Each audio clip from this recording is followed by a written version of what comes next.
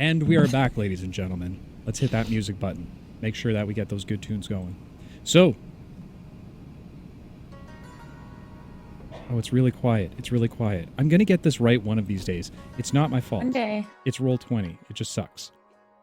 Oh, whoa, whoa. We love Roll20. Sponsor us, though. We'll fix the music problem. No, don't say that out loud. This is the recorded part. We're not even... This is the part that goes on YouTube's. Hi, YouTube. Damn it. Taking over networking. So D&D Beyond is a wonderful, wonderful tool for it. Okay, you guys got to do that before we go into this part. Oh, I know. Anyway, when we last left our heroes, being able to overcome the trials and the combat challenge of the mortal champion and founder of the Eternal Sun Temple, Shen Yin, Pavo received his sword and underwent a strange transformation. While memories of past lives began to flood back into his mind, his wings were set ablaze from his newfound powers, making him the newest mortal champion, the Risen Sun.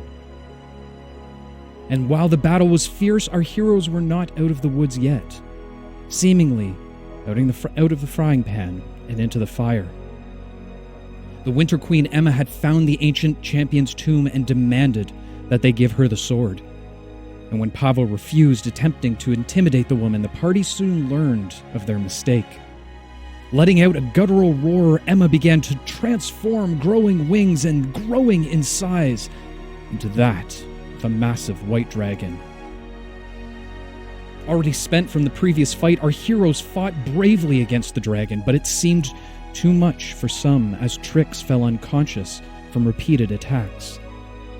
But before another companion fell, Shade, with blood in his eyes and fire in his veins, drove his swords down into the mighty beast's neck, permanently separating the body and the mind. With the battle now over, the party spent some time catching their breath, getting Trix back up on her feet, and of course, liberating parts of the dragon from the rest of its torso. As they headed back to the monastery, the party found that defeating the dragon had no real effect on the icicle-like monks, as all were still frozen in place. Falling into a meditative state and harnessing the power of the eternal sun, Pavo leapt up into the skies and showered the land with warmth all around him, freeing his brothers from their cold captivity. And as many of the brothers thawed, Master Solnus, now almost entirely unfrozen, thanked Pavo and the party. The master was happy that Pavo had returned and welcomed him as the new leader of the temple. And while Pavo was honored to take the mantle, he would not accept until the threat of Thule had passed. Moving to a safer location to speak, the party asked the master what he knew of the current circumstances.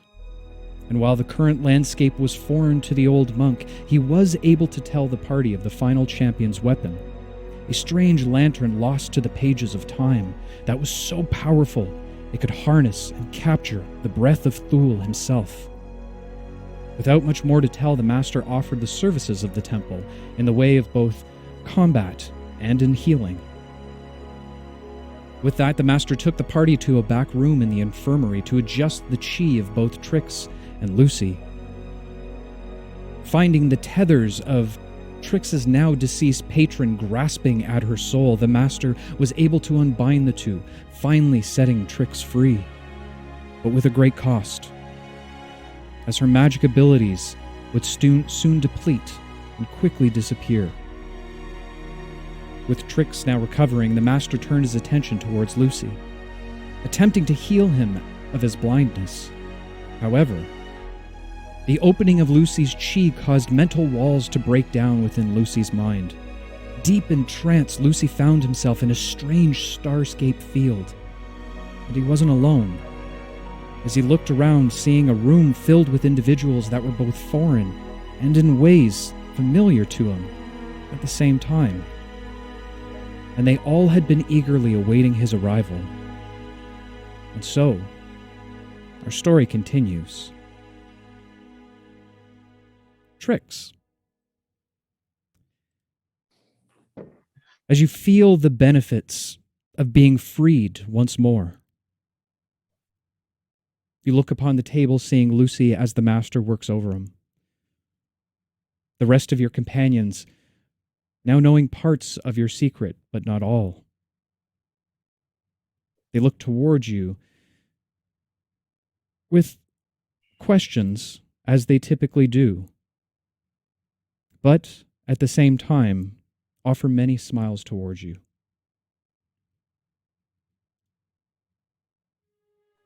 Freedom! Do you feel a lot better now, Trix? Oh, yeah. No one weighing me down. Free to do my own thing. Oh, okay. Can you cast magic now? Oh, well, you know. It's hit or miss, but Okay. it's probably gonna dissipate soon. I'm sure, but that's all right. I don't need it. I lived without it before, so. What'd you do? Make a shitty deal? Getting sass over here, but I'm just wondering. Seems like it was a shitty deal. I'm wondering what happened. no, just didn't fulfill my end in time. If you want, I could show you all of my notes and I could try and teach you how to cast spells like I do, with components and my staff and memorizing spells and learning all about whatever you want. Most of my spells are time related though, but I could teach you if you want. Sounds like a lot of work, but maybe. Do you not know how to cast spells before you got your companion? No, Oh. I didn't. I survived without him before. Do it again. It'll be fine. Yep. As the conversation continues onward with Trix, the master, who seems to be struggling a little bit with Lucy, his eyes closed, brow furrowed, small beads of sweat starting to form just above his forehead, says to you all, very briefly but very sternly, "This might take some more time than what I'm used to. Perhaps you could give me a little bit of space and take your conversation outside." Yes, What's sir. wrong? It's hard to tell right now. It's not just the blindness. There's something or someone else in there with Lucy now. Please, I ask if you'd give me the room. I need my utmost concentration for this. I'd like at least one of us to hang back. If it's all the same to you. Is that all right? Fine, just pick which one and stay quiet. I'll stay. I leave. Yeah, I'll go. Stand up Yeah, and I'll walk leave. away. The naked guy walks out of the room. Point the way. Point off. Eli, you make sure he's okay, all right? Will do. He'll be fine. Okay. Did Pavo actually say it like that? I don't think Rob! Pavo's not there. Pavo went to go get my sister. Yeah, I left. Oh, right. You all begin to exit the room, seeing again the infirmary quite busy with blankets wrapped over top of many of the monks, still trying to thaw from the most recent cold affliction that came upon them. Lucy, Yes. as you stare out to this grouping of people, again, they have strange similarities to you. All with blonde hair and some element of green dye within it. A large one carrying an axe walks over to you. He walks around you, looking you up and down. So this is the one that we've been waiting for. He's just a runt. Well, hey, now I have some Before value. you can continue to speak, another individual walks up, tuning what looks to be that of a lute. Yes, well... His taste is all right, but he smells atrocious. Well, I Another individual then walks up, removing the helm of a large set of armor. Underneath, you're shocked to find that this seems to be the only woman in the room. You are all blasphemous. I might not agree with the god's choice either, but my sword is yours. Bickering starts to erupt in and around the room between all of the individuals there. could someone tell me what's going on? From the back of the room, a very clean-cut individual wearing spectacles and carrying a book, wearing a long, beautiful robe, similar to what you've seen Maxon wear before in the past, walks up. Perhaps I can be of some assistance. Please. My name is Lucy. You can call me Luke. The individuals Luke. that you see around you, you might recognize in some fashion, in some form. You see, Lucille, I'm not sure what you call yourself. It's Lucy. Lucy. We are all the same, but different at the same time. We are all you, and you us, from different places, some different times. I have studied this type of thing in my life. I've never thought that I would be a part of it, but we've been waiting for you. Question. Of course. Different places, different times. Sounds to me like this is probably Alara's fault. You know, some of us know our own Alaras, and as much as we wished that was the case, it is not. It is you who called us forth.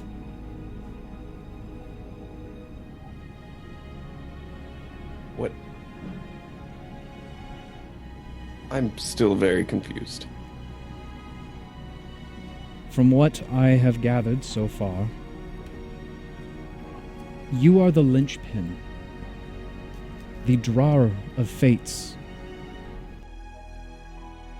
I've thought about it for quite some time now, but it seems we are all different fates from the one that you had.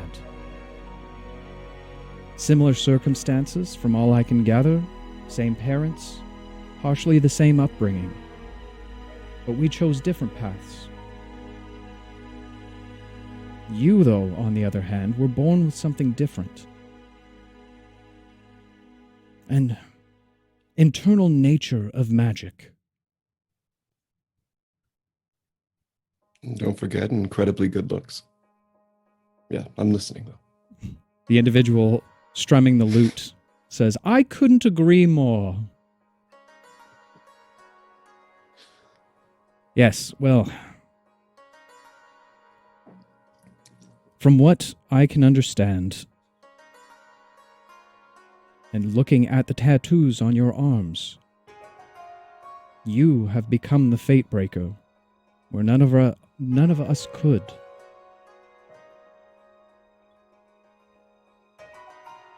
Been trying to figure out what that means exactly. Well, he looks around the room. I think this is it. They all begin to fall silent and almost line up directly in front of you. Now knowing exactly who you're dealing with, you see a Lucy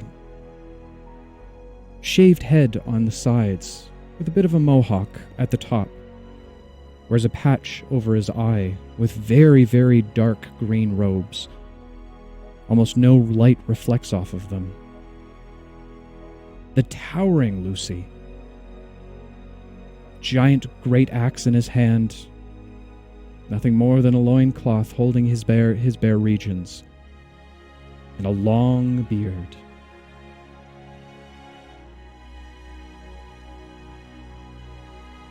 Looking at the other few, they seem to stand at attention towards you. Again, still judging, but listening to what Luke has to say. All but one, who seems to sit a little bit off in the corner.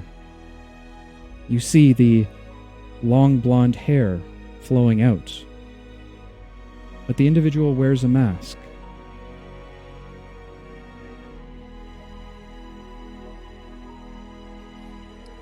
And which Lucy is that? I say to Luke. We're not sure. They have said nothing since they got here. Just stood quietly, waiting. Well, that's not terrifying.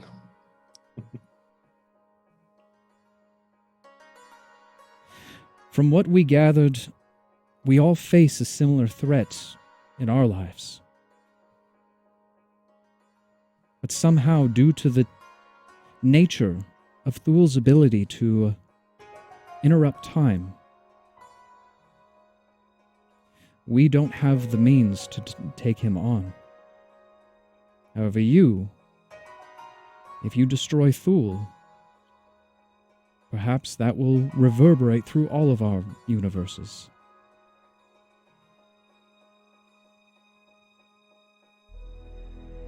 Seems like a long shot. It is, but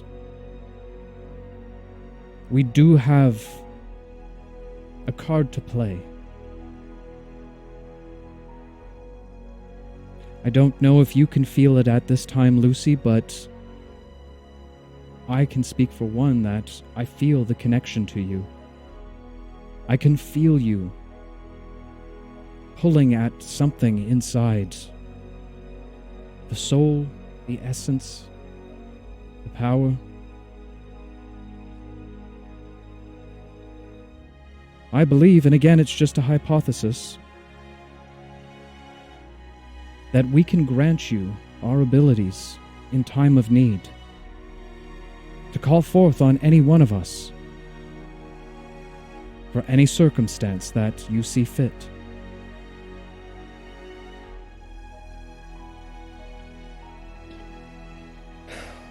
Well, our quest is a tall order. Be happy to have the help. Even the sketchy one in the corner there. There is a bond between all of us that I don't think any of us can properly know. But if you call upon us, we will come. For we are your fates, and we serve towards you, Fate Breaker.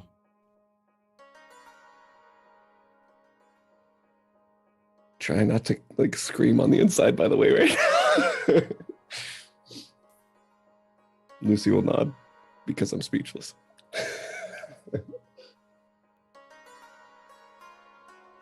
Our time grows short here. I'm glad we had a chance to speak. I'm not sure exactly what form or way that this will happen. But I feel inside that if you were to call, I would be able to answer.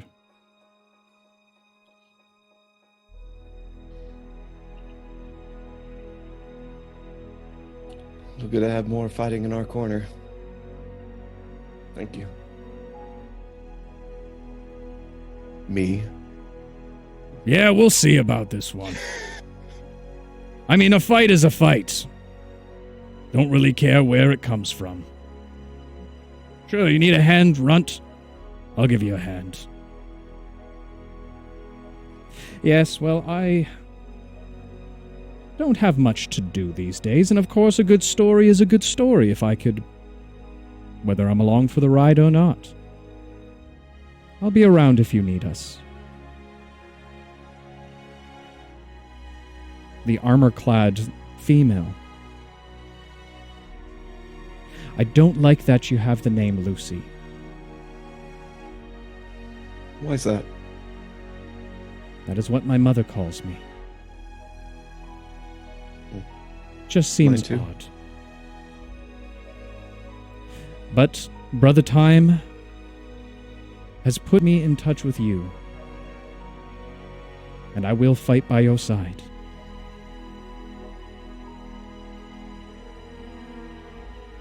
Good. Each going through the room, giving their own little quirk, very Lucy-esque, but all agreeing to be there if you called. All but the masked individual in the corner. Oh, you better help.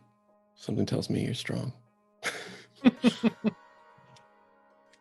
They twitch their head a little bit towards you, raising it almost to meet your eye line, and give a slight nod.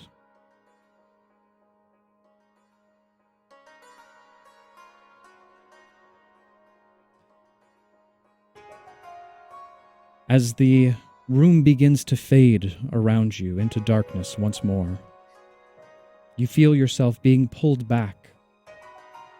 Very similar to going through one of Alara's bizarre and strange teleportation devices, spells. Your eyes flicker open as you take a deep breath in, sitting up on the table. The master tries to move out of the way quickly. Looking back towards him, you can see the sweat running down his face, eyes wide. What was that? Well, it's either good news, I'll look at Eli, or I may have gone mad. You okay? I think so. I Well, can you see. can see. So this is a step in the right direction. You are Eli, right? I am Eli. All right, then Last I can time I see. checked. So that's good news. What do you mean you're going mad? Oh, not as surprising as the first few. I seem to have had another vision. This time I met me. Many me's. What the hell are you talking about? Different me's. This is going to be very difficult to explain. Walk me through it. Walk me through it. For brevity's sake, I'll explain what I saw Okay. in great detail to Eli. Fair enough. Fair enough. Was this some timey-wimey shit? I'm so sick of That's this what I crap. thought. That's what I thought. I thought this had to have been Alara's fault, but Alara, Brasilian. that didn't even cross my mind. But it seems like a good thing. That's interesting. I guess time will tell. I mean, Where's it everyone sounds else? pretty fucking cool. It sure does. We gotta test that out. Yeah, I guess I should. Well, we got a lot of enemies. I'm sure a fight's coming our way pretty soon. Looking forward to it. We should Where go are they catch up with listed? everybody else. They're worried. Oh, I'm sure. All right, well, let's go. Oh, before I leave, thank you so much for everything. Master Solnus, now his hands resting on the table, wipes his brow, looking up towards all of you. It's my pleasure to help where I can. But I believe I could use a bit of rest now. It's been a very long day. I can imagine. Yeah. Well, we won't bug you anymore. Yes, well, I believe your friends are waiting outside. Thanks. Yeah, let's go, Lucy. We'll head out.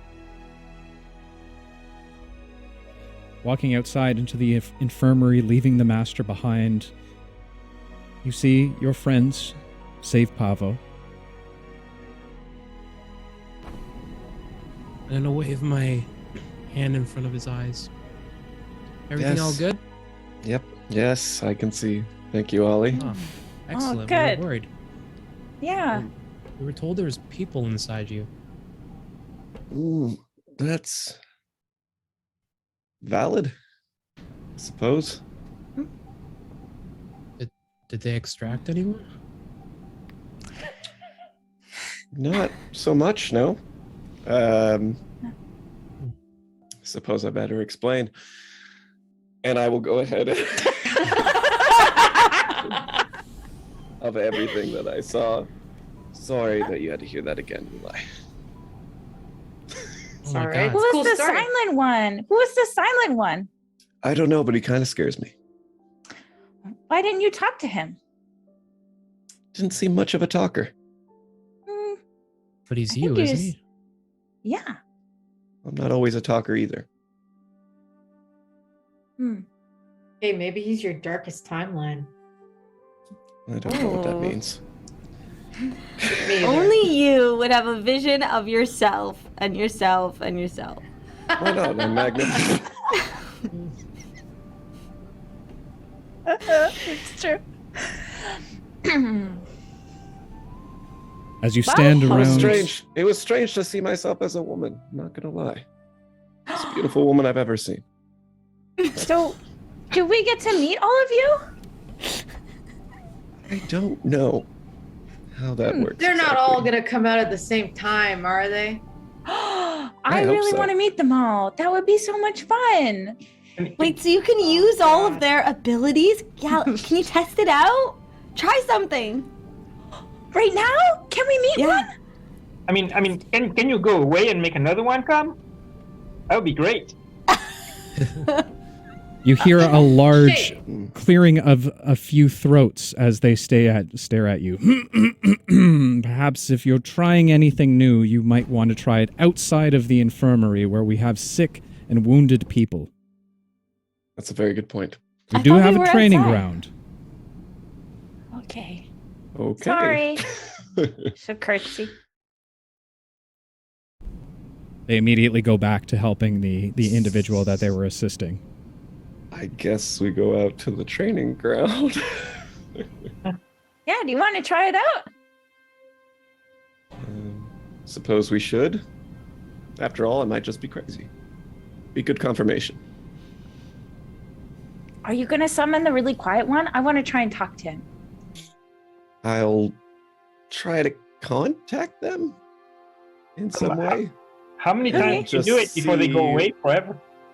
I guess we'll just see who's feeling chatty. talkative. Yeah.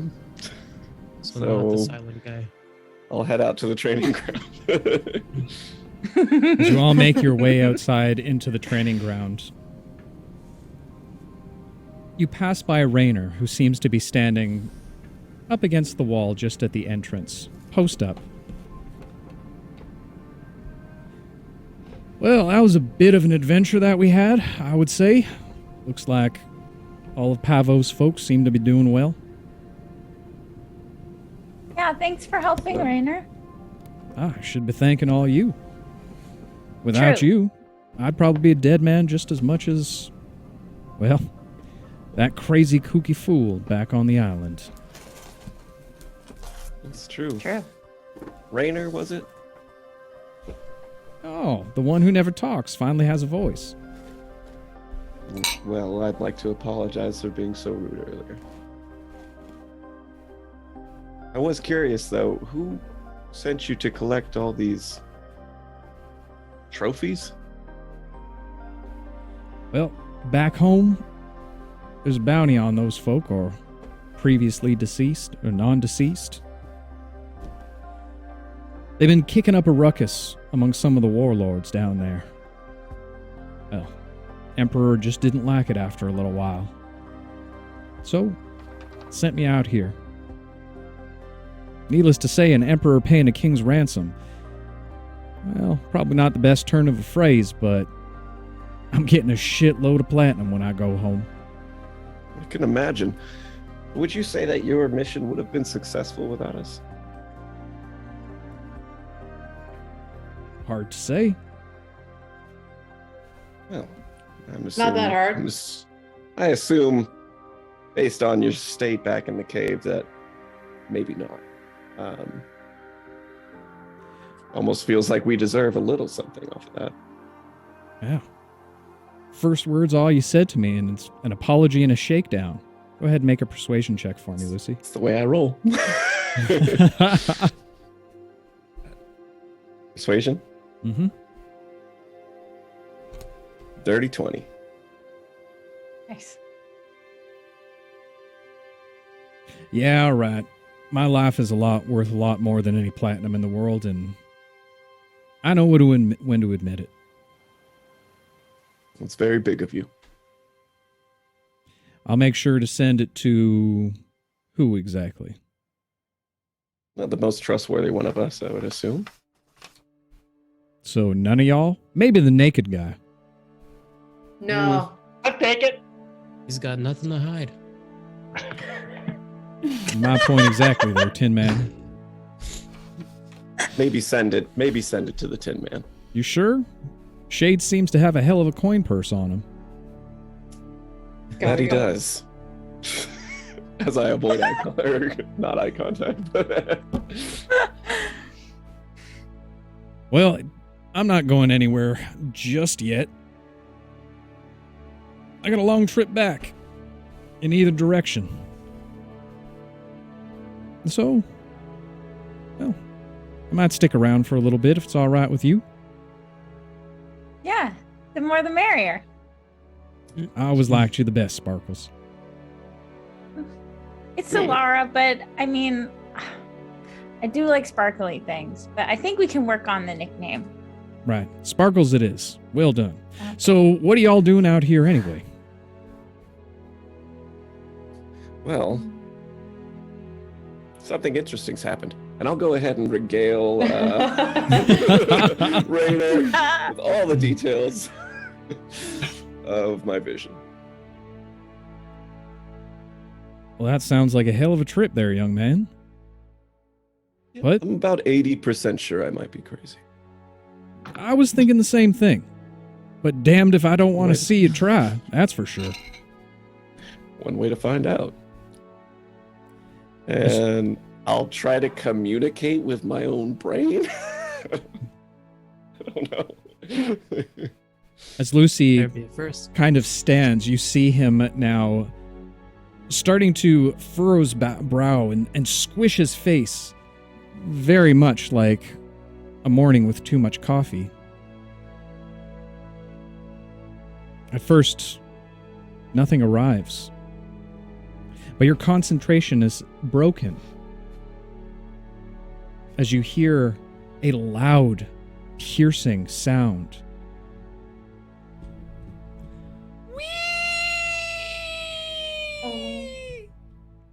Looking up to the sky and the source, you now see Pavo, as with wings spread, seems to be gliding around doing figure eights and loop-de-loops, as young Ellis holds tightly onto his back. As he comes down, she is. as he comes down, landing as softly as possible, Ellis jumps off. Again! And she's leaping up towards you, trying to get you to pick her up again.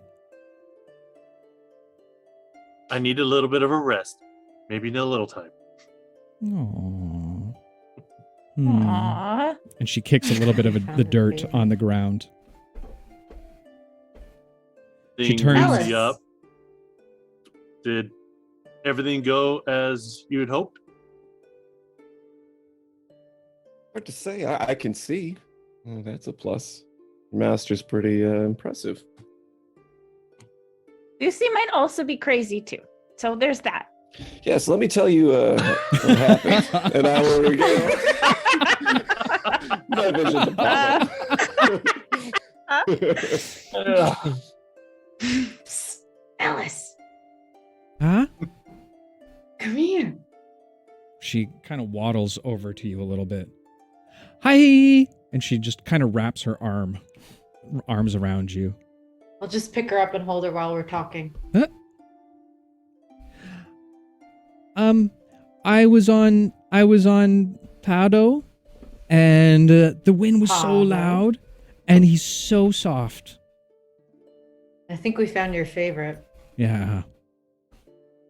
Yeah, not him. Why doesn't he have clothes on? Shade, man. There are kids here. I'll cover Elsa's eyes. Do you mind? Oh, God. I stretch a wing out to cover for decency. Thank you, Oh, Pop. I was about to Thank say, you, give me Papa. an intimidation check with advantage.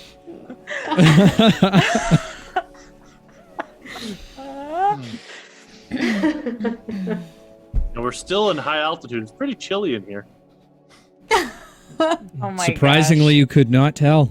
Oh, come on. You didn't even roll for that.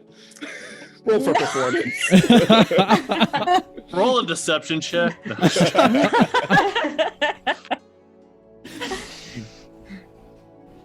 Don't mind him.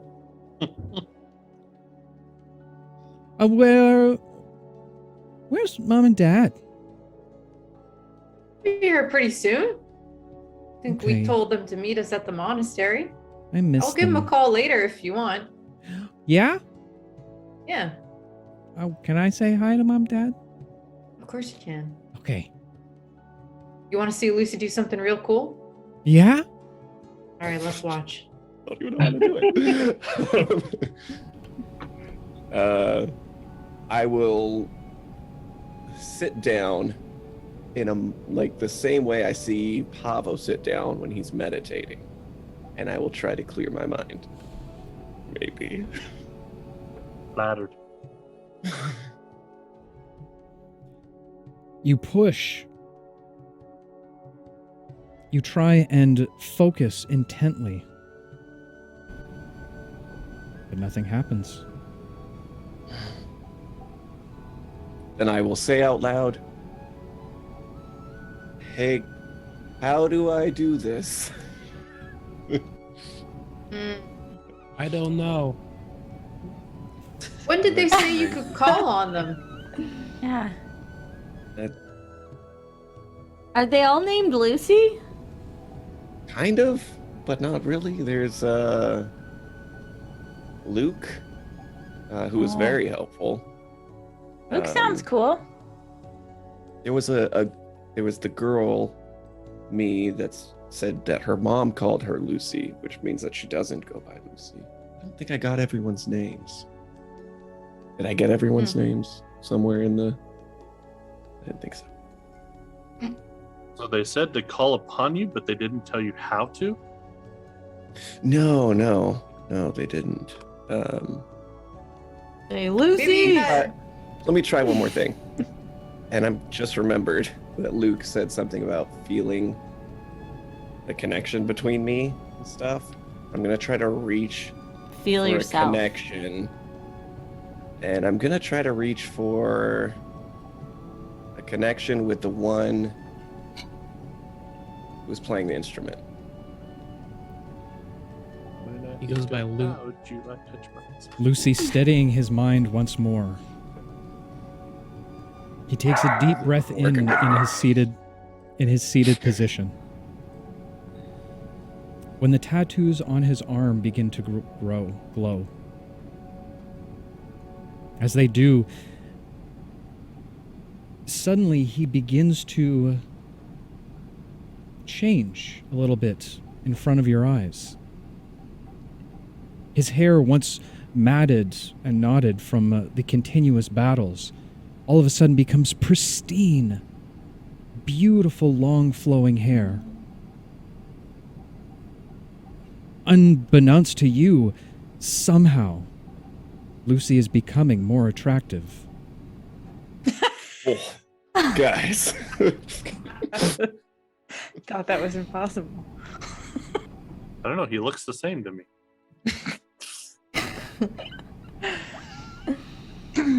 Lucy, as you feel something not overtake, but almost a symbiotic relationship within yourself, you hear the voice of the bard once more. Oh, so you decided to call on me first, then? Oh, just a test run? Y'all didn't exactly give me instructions. Well, it's not like we had instructions either, darling. Well, it seems to have worked. Which means I'm not crazy, which is wonderful. Hi, I'm Alara. Are we seeing this person, or is Lucy just talking to himself? Did Lucy transform? At this point, Lucy is just talking to himself. Again, Long-haired Lucy. slightly Like, changed, Okay. but still talking to himself. Do I feel different? Like, what is the... You feel very similar to what you did before, other than having this strange voice in your head all of a sudden. I'm not sure this confirms you're not crazy. Just makes it. I don't know. Your hair looks really nice now. It looked nice before, but now it looks really nice. Take out my pocket mirror that Lara gave me and... Okay, you're gonna have to teach me how you got this to happen. Of course, darling, I'd be happy to. Now, is there something that you need from me? Well, I just wanted to test it out, like I said. What are you good at? Well, I'm good at many things. Storytelling, singing, inspiring those around me. You see, once dear Papa put in the sanctions in place, I easily rose to fame amongst the Bokuian people. There's not much I can't do. Funny But- that a little... If there is something that you'd like to try,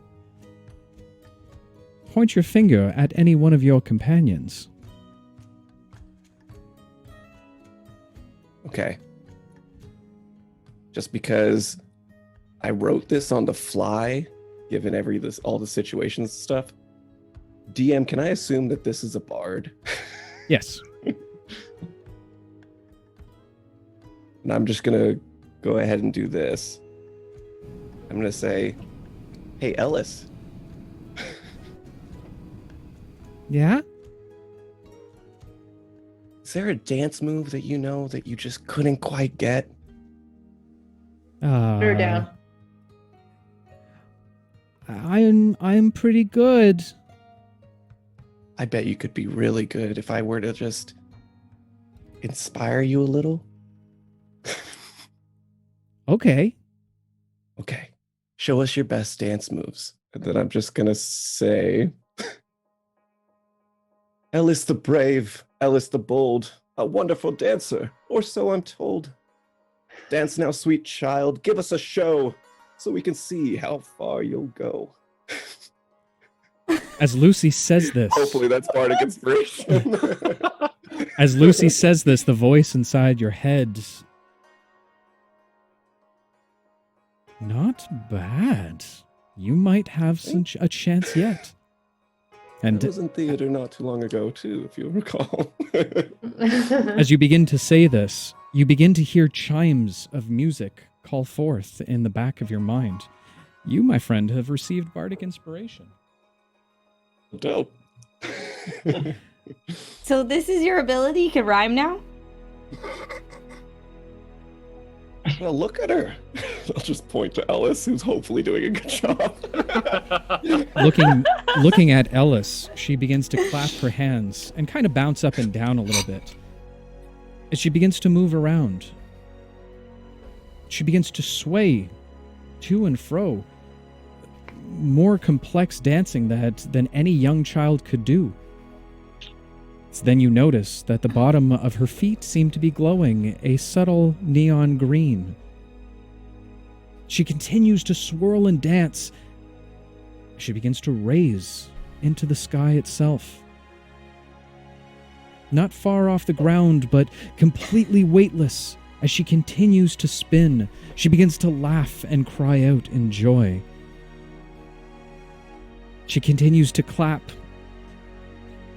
In rhythm, she dances. And she dances. She stops clapping. And she begins to descend down to the ground. As she turns to face you all, ear-to-ear smile. She looks to you all and says, "Ta-da!"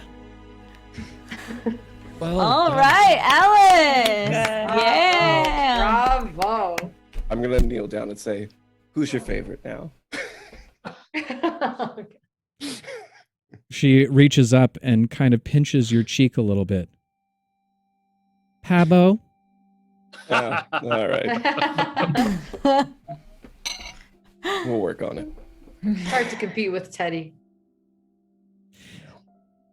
It's true. Well, good news, I'm not crazy. Yes, Yeah. of course you're not crazy. Is there anything else you require from me? Lucy, as you all see, looking into nothing. No. Thank you. This was very helpful. Well, call again any time, dear. We make such beautiful music together. That we do. The voice fades and trails off once more. The glow of Lucy's tattoos begin to die down as his hair begins to return that of a matted mess. I missed you.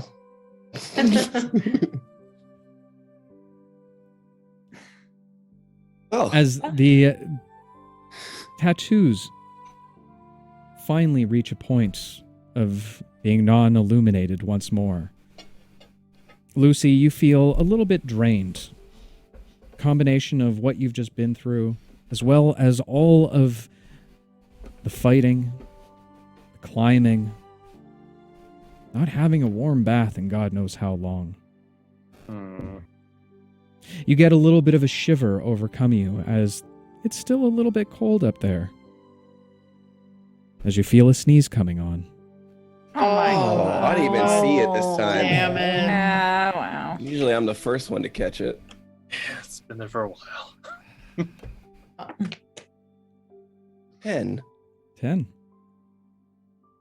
I'm gonna roll a d20.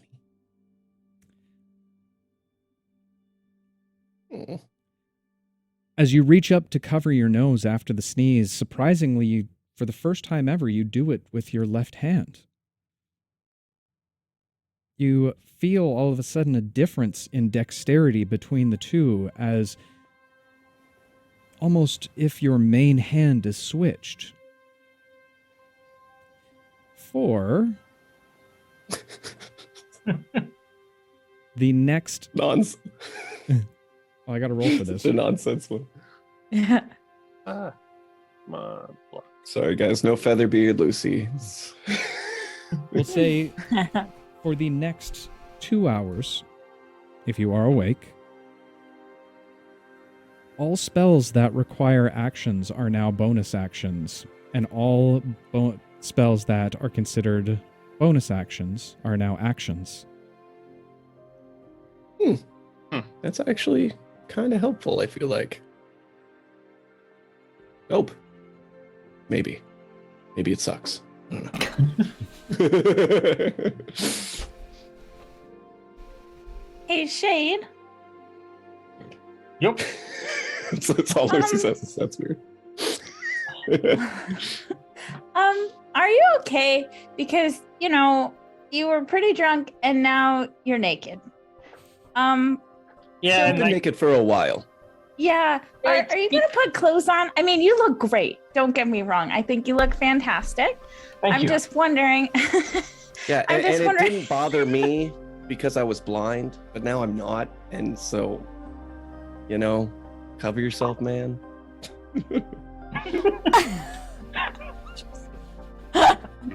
I can't. It's still too itchy. I cannot put them on still.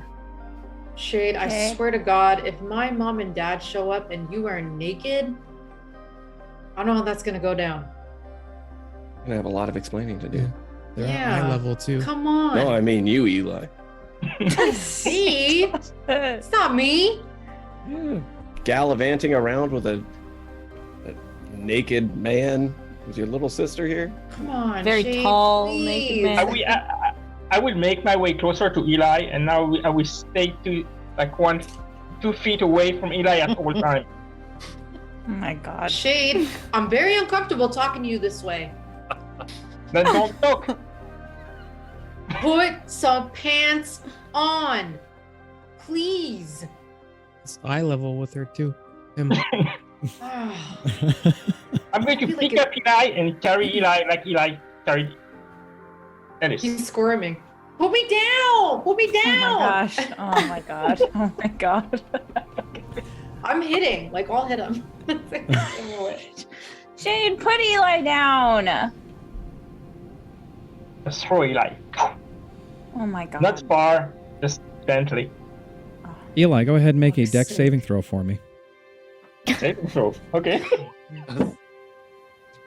Next saving throw. Oh, sorry, no, Eli. Did I say shade? Yeah. 11. So I rolled a 2. Wow. Jeez. Oh God. Eli, as you get tossed from shades, you attempt to motion yourself into a bit of a backflip. You get about halfway there before you land prone on your stomach in the now sandy pit of the training area. God damn it, you're such a pain in the ass. That was funny. Okay, Shade. All right. Okay. As you look around, the sun has now almost fully set on the day. Just a soft bit of a purplish glow that creates a silhouette amongst the other mountaintops. But with no light having been, or torches being cast. You look up to the stars and see all of them. A beautiful purplish bluish sky resides above you as it continues to get darker and darker. Taking a moment, you relax a little bit and have a moment of silence as you stare up towards the stars. Without any kind of word, Raynor reaches into his jacket, pulling out a flask, and hands it around. A little bit of, well, what I like to call hometown water. Oh, thank you. I'm parched. Hydrate. Cheers. Nice integration. Cheers. My God, gold star. Mhm. Gee, thanks. That's Oh, great. empty. I didn't even see it coming. I'm gonna put that one right up on the fridge. That's a jerks. Can I use my sending stone to talk to my parents? Sure. What are you going to say? Mom, Dad, It takes a moment for them to respond, but they do.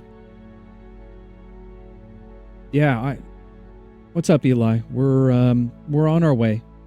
We're almost there. We should be Are there you- by morning. all right. You're coming to the monastery, right? Yeah, that's what we agreed to. Okay.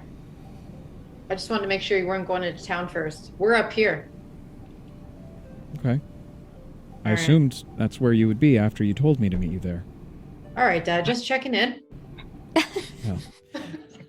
We've been traveling. I'm sorry. We've been traveling for nonstop for a few days. This is the first time that we're settled down a little bit.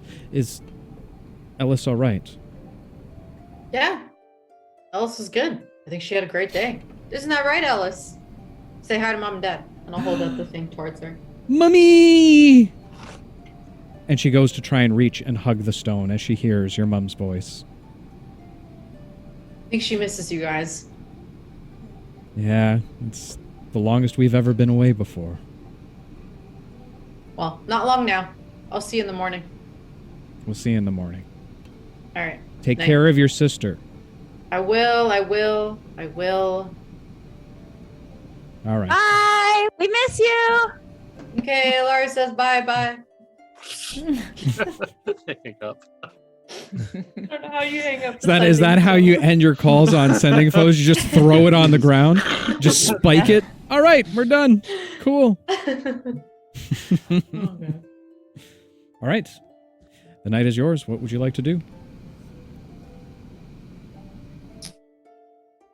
So, what's our plan? Is our plan we're waiting for Eli's parents to get here, and then what? We got those cloaks that we made back near town. We got to stop pick those up before we go anywhere. Oh, yes. My pockets. Oh yeah, Don't forget Shade. those. Shade. Yeah. Since you're naked, can I have that sparkly one that you got? What sparkly what?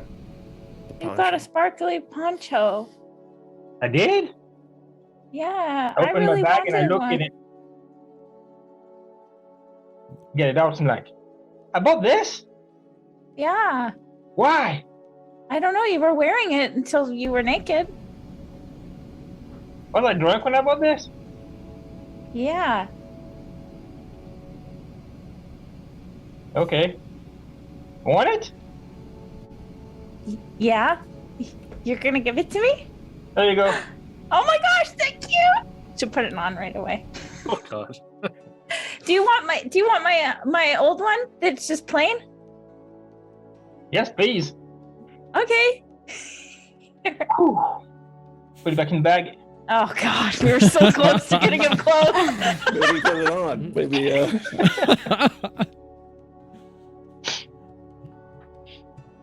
Thank you. Is everything okay? I don't know What what you I want? would have done if I would have worn this party one tomorrow. Whew. I probably would have just asked for it tomorrow. I really like it, and I'll spin around. How does it look? So much like you. Aw, thanks, Shade. As you wear the parka, it doesn't take long before it becomes pretty warm, as the snow is now melted thanks to Pavo. I'll keep it on for a little bit longer. Okay. Yeah, Laura just starts sweating. Ready. Okay, guys.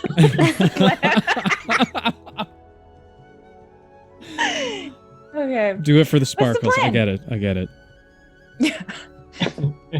So we go back to the town and then Yep. Go north? continue east. I think east. Well, East. east or north, because isn't there a group in the north? Ooh, are we Well, looking there at is the the map? tribe that we were told about up in the north. Is that where Hansor is?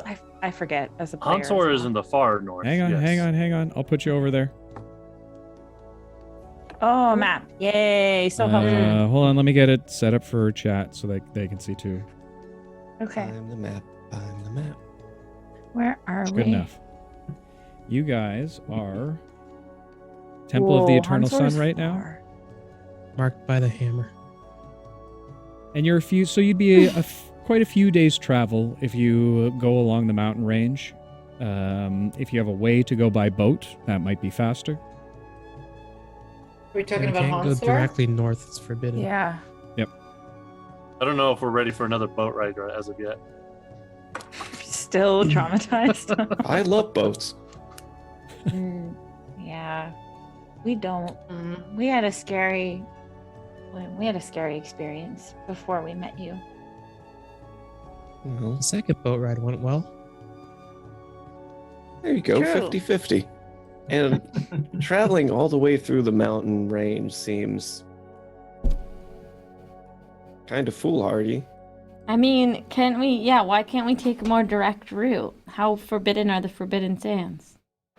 Oh, they're forbidden. That's just a name. I don't know. Does anyone know? Pavo, do you know the Forbidden Sands since they're kind of the I just surrounding area? know we protect the forest from the creatures from the Forbidden Land because they Oh. tend to destroy things. So I know there's a lot of disgusting Mhm. creatures that we try to protect the rest of the island from. Got you. Do you know if there's a port somewhere I on mean, that side? Because if we could this- cross straight through the Whispered Bay, right up into Hansor, that would cut a lot of time. Yeah. Are there any teleportation circles here, Pavo? not that I am aware of. Well, we could Keep in go to mind, Heaven's before I Reach. left on my trip, I was just a trainee. I wasn't really privy to all the secrets of the temple. Okay. Well, I need two ends, right? So even if there was one here, I would have to ask around to see if somebody knew what the other end was. Well, this may not be a popular choice, but what about backtracking to Trellis?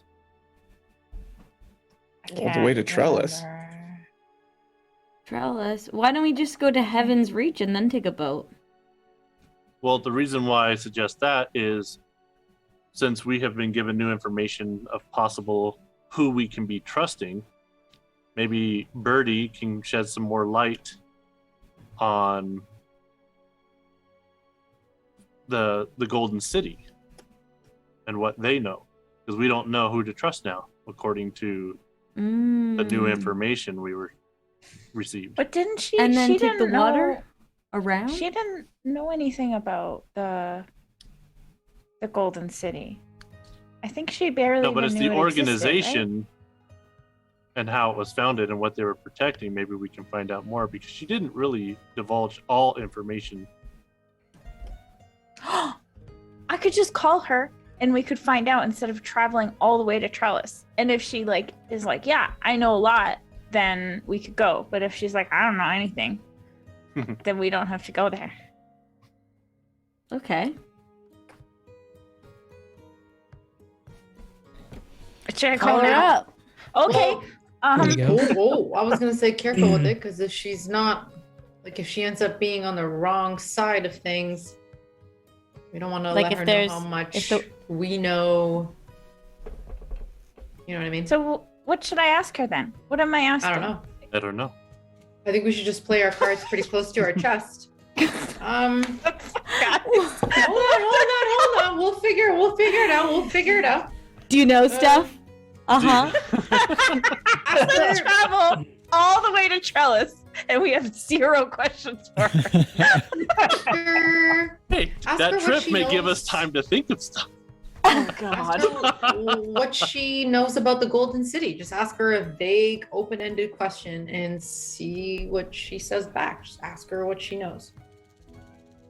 Okay. Like, we I know feel she like we doesn't know where it is, but what does she know about it? Like, what do you know about who lives there? In 25 words or less. Yeah. I'm so good at doing that. I don't know No, what for you're her. trying to imply. Oh, yeah, for her. No, no, it's not. It's not limited back. It's just a short period of time. Whatever. Anyways, Well, if she Okay. knows who lives there, then we should probably say it by name. Do you know? I forget her name. And is Rhea? she trustworthy? Rhea. Yeah. Be I like, could hey, just do you say know that. Rhea? Yeah. Yeah, why not? if she doesn't know Rhea, then she doesn't know. And if she knows Rhea, maybe I'll get a sense for if she's being sketchy or not. Or sus, like Eli says all the time. Yes, we definitely need to know who our allies are, because if we need to recruit, we need to know who we can trust. How are we going to do that? Well, Alara is really good at reading people. Hopefully, we can use her judgment. Thank you, Pavo. That's so nice of you to say. I'm so happy that somebody recognized that.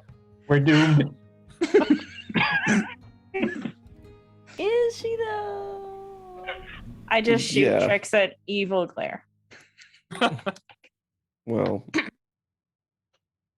your mentor is the person who could potentially be the one that we've been fighting against this whole time. So I don't know if good judge of character is exactly fitting. Do the rest of us know you're related? That's what I'm saying. I have no power over Rose-colored that. glasses. Lucy, he was different when I knew him. I recognize he's different now. If you want to judge me for it, that's fine. And I'll cast Sending to Birdie. Okay. Hi. This is Alara. I love that she called it. I've known you for an extended period of time.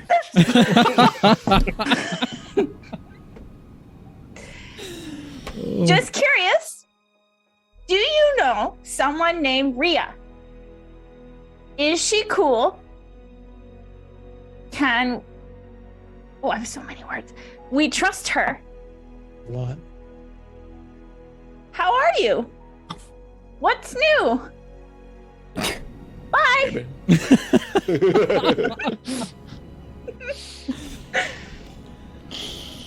That was You- interesting. A moment passes before you get a response back. Alara, it's good to hear from you. Unfortunately, I don't know that name. Is there something that specific you're looking for? So Birdie says that she doesn't know, and she wants more specific questions. Apparently, I was too vague. I don't think it gets much more specific than her name. If she doesn't know her, she doesn't know her. Yeah. You can ask her what she knows about who lives in the Golden City. But why? Yeah, why do we need to know? What's about that gonna Golden get City us? anymore? Because isn't the fact that they're trying to leave the thing that's wreaking all of the havoc? What?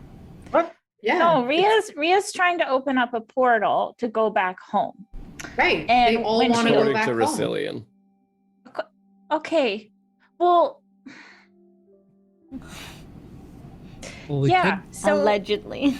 allegedly, we don't know who to trust. Allegedly. But what is going to ask? What does that get us in terms of trust from Birdie? She doesn't know Rhea, so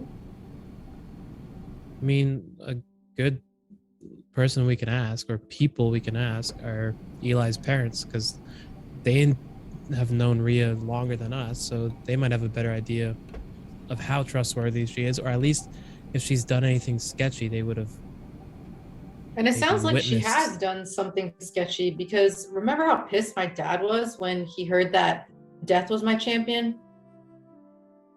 He said, that's not what we agreed. That's a good Ooh, point. I yeah. think a conversation with your parents would be very helpful. I'd also like to hear from Ollie's parent eventually, should that time ever Me come. too. Got lots of questions for that dude. Well, if we can call with more than 25 words. I mean, the person that Shade killed would have had a way of communicating with my father, and well, that line of communication's dead. Jesus.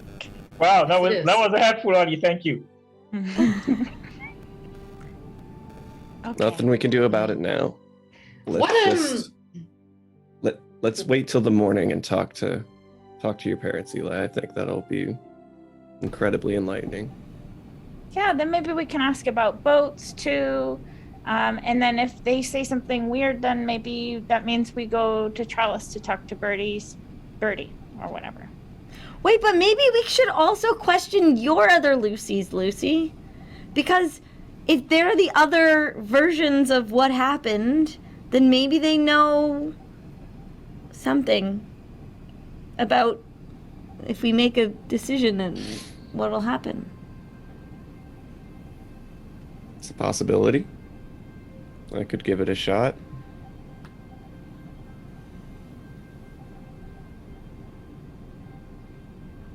Who's Are you that going to northern give it a mountain shot? tribe? Oh, sorry. Are you going to give it a shot, or are we just watching Not you with right you all now? watching me. Oh. Do you want us to turn around? You want some privacy?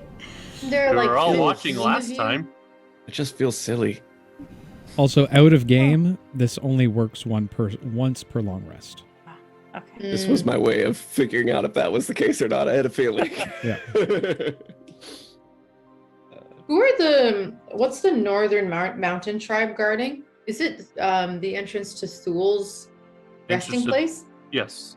Okay, so that's like a last stop. Yeah, that's We where go we're try to going. find the lantern. But we know the pitchfork thingy is in Hansor. Pitchfork Well, thingy? that's I yeah. thought Where there did was a that come from? pitchfork. There's no such thing. Wasn't there a Pitchfork pitchfork? thingy. No such Was thing there as a pitchfork? God, you guys are the worst. You're making that up. Shade as... It wasn't a pitchfork? There was a No, lantern. it's a lantern. No, I know there's a lantern, but I thought there was another weapon that was a pitchfork. No? I just No. made that up. Okay. You made that up. The, You had a dream or something. Oh no, I I Okay. think she's correct. It was like an underwater weapon. Yeah, there's Yes. 2 left that I know that I remember. Oh, like a trident? Yeah. There you go. Bottom of the Maybe ocean. that's Would you like a what pitchfork? You don't know the whereabouts of that one. So the one that you're referring Oh. to in Hansor is the lantern. is a lantern. Yeah. Oh, okay. Okay, so I just mixed up the locales. Okay. and our friend is in Answer too. A Yeah. friend? Oh.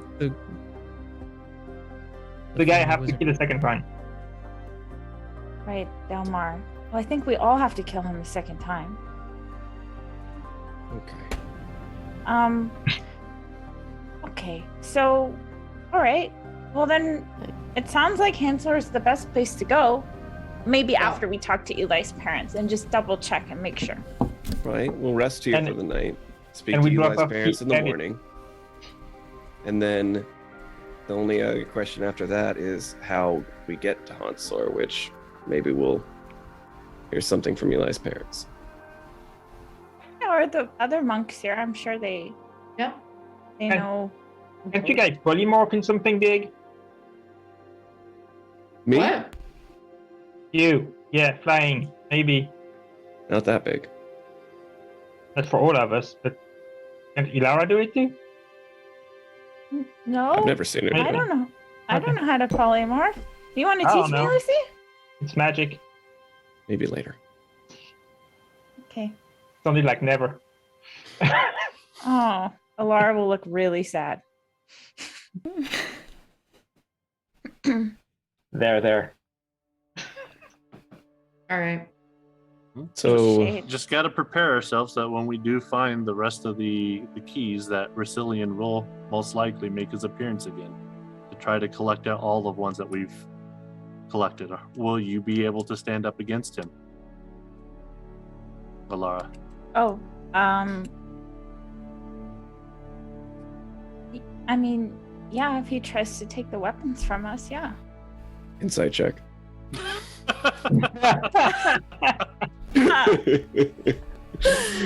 There's something to be Okay. said about still making insight checks on your party members. On episode 50 Yeah, something. episode 53. We still don't Yeah. have that level of trust. Fantastic. Are you I rolling? was joking. I'm not insight checking. Okay. It's fine. Okay. Well, she did hesitate. She did has. And then what's our plan? What are we going to do with them all once we have them? Well, I right say now we the keep important from thing, everybody. To hide important them? thing is to find out who wants what with them. We need information more than anything. Well, based on the information you also told us about your conversation with yourself, is that your other people wanted us to actually defeat Thule. So it's almost as if we have to wake him up regardless. I'm trying to understand if he's being trapped or asleep. The whole point I know Rasilian wants to wake him up to take his power. The Golden City, according to Rasilian, wants to use it to open the portal. But right now, leaving him where he is just seems to be the more logical explanation, but yet, for whatever reason, we keep being drawn towards his tomb regardless. I'm trying to figure this part out. Well, I think you're forgetting about the lantern. But that could wake him There's up a regardless. possibility that the lantern could wake him up anyway. We have to get our hands on that top priority. True. And I'm 'cause worried. it's the I'm worried that lantern someone alone. might beat us there. Yeah, because the If they beat weapons us you there, need then all. we're behind to beat them to the tomb.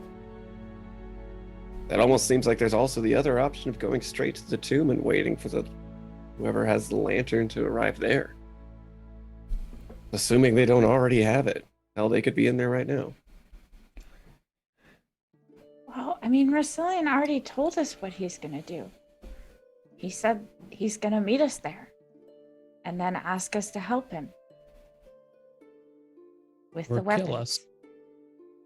I'm just wondering, did all the other Lucy fight Thule already, or not yet? Doesn't seem like they had the opportunity from what I understood. Okay. What happened to Sketchy Lucy? He doesn't all, talk. if all the other one are like you, why either another one which is completely different? What happened to him? Hard to say. He was wearing a mask, so it's gonna get a lot of body language out of that. Didn't say anything, just nodded and agreed What to kind of help. mask?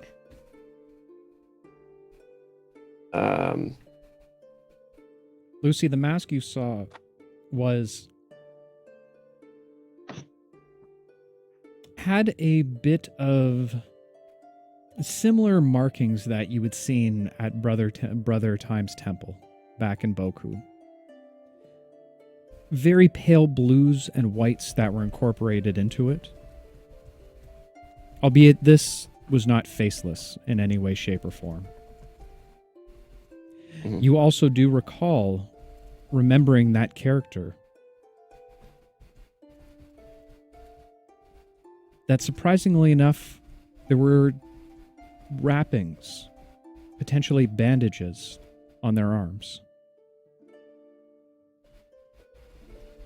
Okay, so I'll relay that then. I see. As you make mention of bandages on the arms, Shade, suddenly your arm begins to itch once more.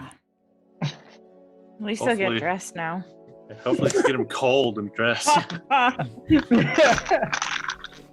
right. It's the naked one again, and this just keeps happening. Shade just remains naked for the rest of the campaign. Yeah. That's his champion's title. Shade, the naked wanderer. That's a 98. 98. Ooh, that's really Wow. high. Yeah.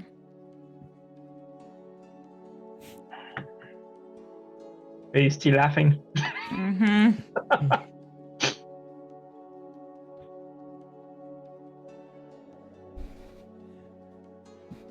You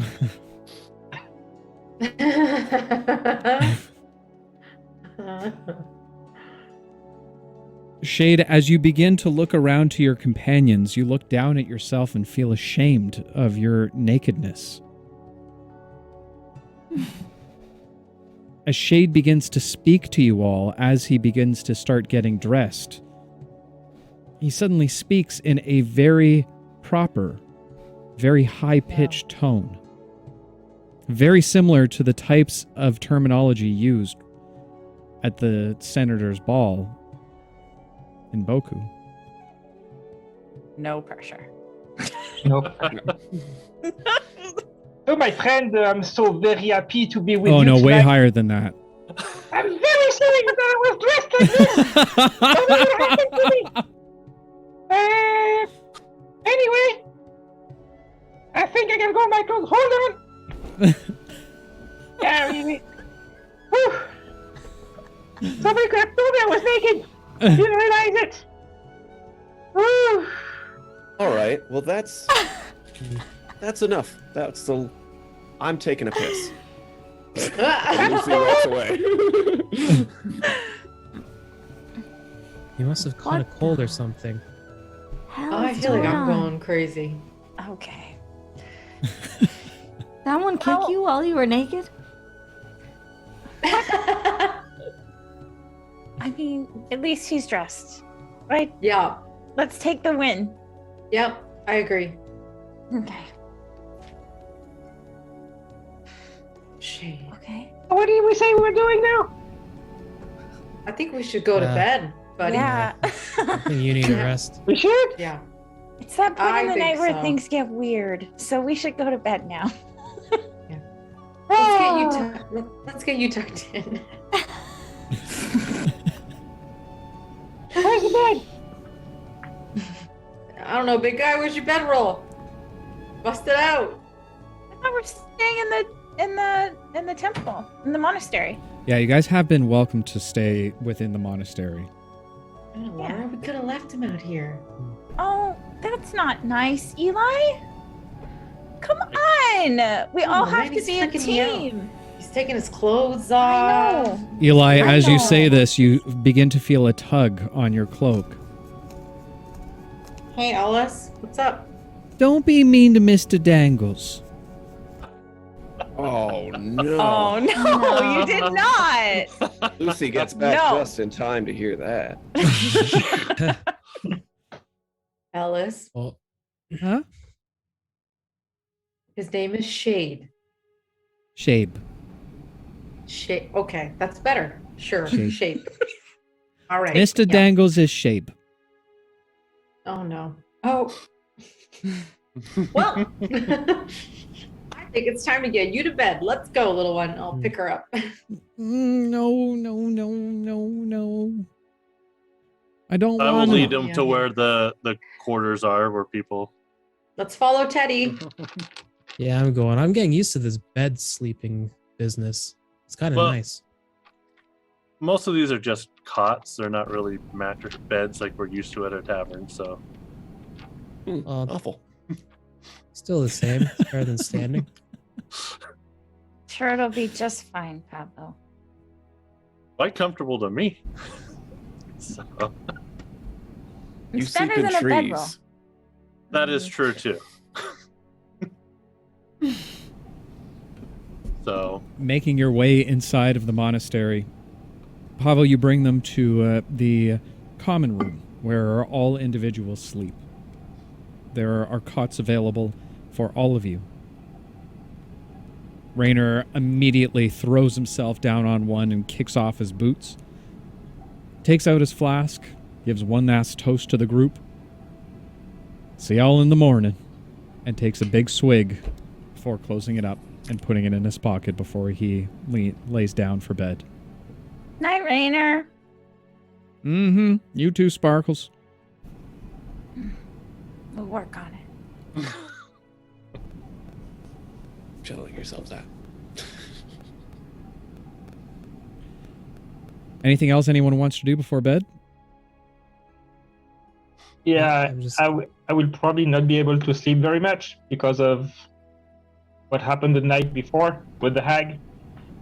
So halfway through the night, I'm going to be wandering outside. Okay.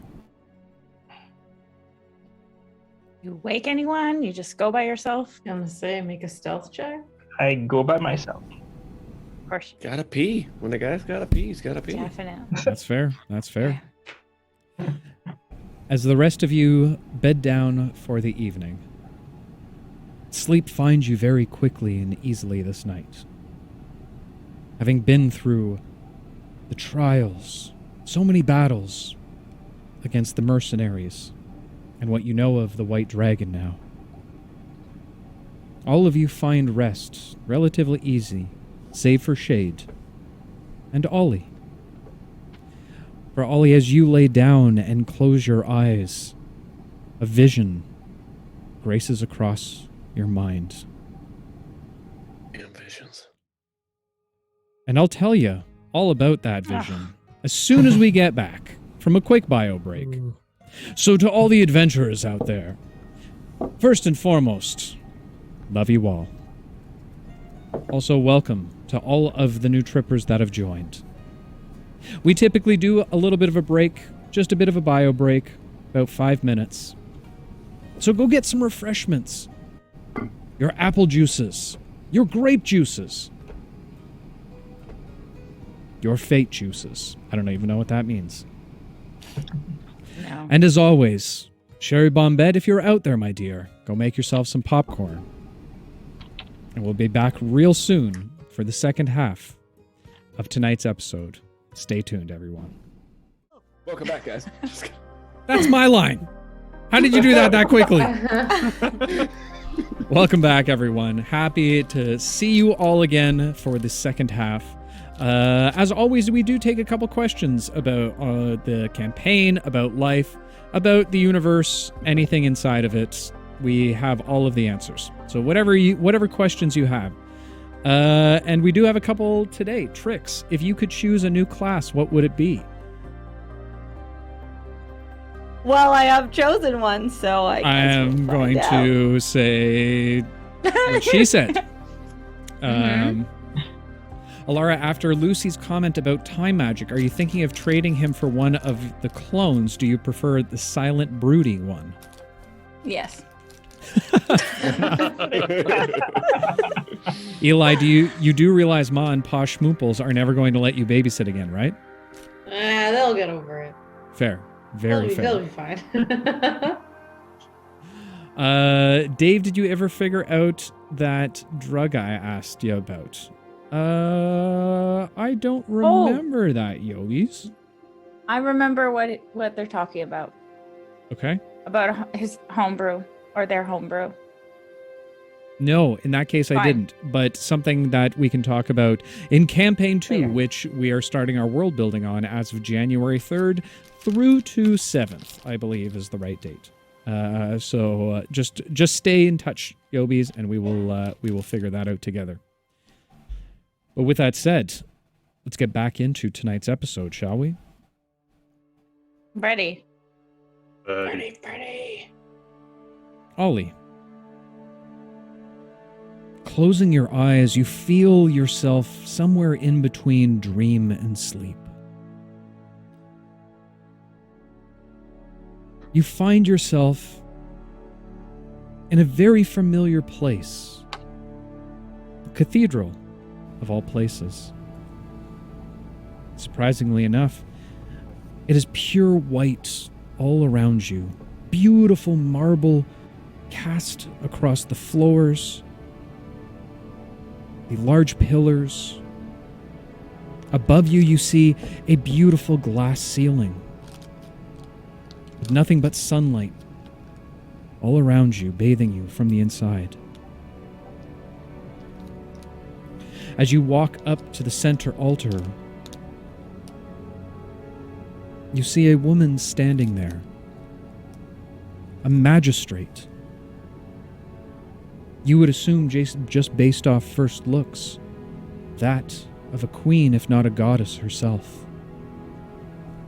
Very similar robes to the interior of the building. A stark white, perfectly clean. Blue accents around the robes and dress.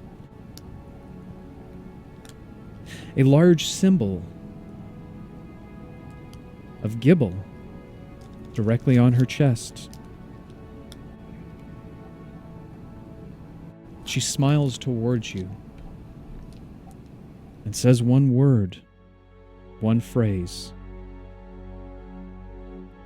Help them all. You attempt to speak, but it seems your voice has been lost. She smiles again, very comfortingly, very motherly. Before your vision pulls you away from the front altar once more, you watch as the rows of pews rush by you until you are pulled outside of the cathedral. And as the doors close in front of you, you find sleep that night. Until the next fate-drawn card is drawn, Ollie. Hmm. All healing spells are done at max. Ooh. Who do I have to thank for that? I mean, who does everyone in the party have to thank for that? Yeah. That would be seriously. our good and lovely, amazing VIP Crimson, who allowed you to draw Well done. the High Priestess. Thank you, Crimson. Now, are you sure he's not blind? He's definitely not blind. Why does everybody have things on? What is happening? Oh, well, we earned him. No, you didn't at all. I have Bardic, don't forget. We are professionals at what we do. That was nothing. That was a glitch in the Matrix. It did not happen. I will fix that later. You all awake the next morning feeling rested, ready to go the next day. As you awake amongst the commoners, or the common room with all the other monks, you see a number of them whispering to one another and quickly rushing out the door. All of them.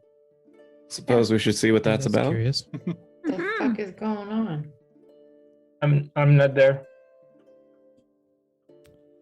As you make your way down into what you would now know as the meditation room, there's a number of the brothers all standing around. Master Solinus seems to be talking to one specific monk. Pavo, you would immediately recognize this as a fledgling, very similar to yourself in prior days. You see Brother Mango, who is absolutely notorious for his scouting abilities. He seems to be deep in conversation with the master, with all the other monks now gathering around listening to the tale.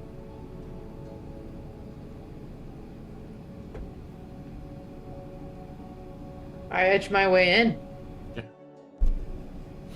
Yeah. Listening to a story. As you push through the crowd, you make out the tale that he tells. The fact that he had been lost in the middle of the night, trying to find the monastery, or the evening, before a bright light was shone over top of the mountain, leading the way home. He brings with him sad tidings. A group of monks have been taken captured by the Nakab, led by Brother Argon.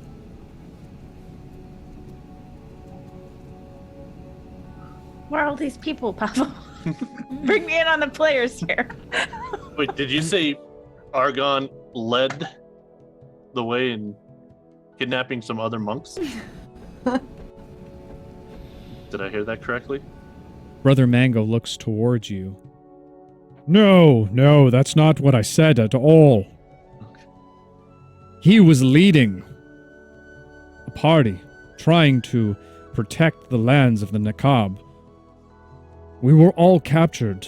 We were only able to make it out as there was a brief window in between some type of ceremony that the Nakab were performing on some of the other brothers. I was able to slip away through the cracks, found a way towards a cavern before making my way up to the surface once more. Brother Argon and the rest are still down there.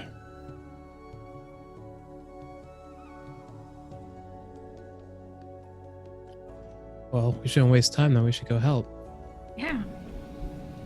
Pavo, your monks get in a lot of trouble. We just freed them. My gosh. Well, We didn't even take a night off. there is never a night off for the Brotherhood. That's what we do. We protect the mountains. At this point, Everyone if we needs notice one. that Shade isn't here, Oh, yeah. Yes, absolutely. Okay. Maybe we should get Shade and I'm assuming we're going to go help, right, Pavo? Absolutely. Okay. Shade! There are a lot of other monks here, right?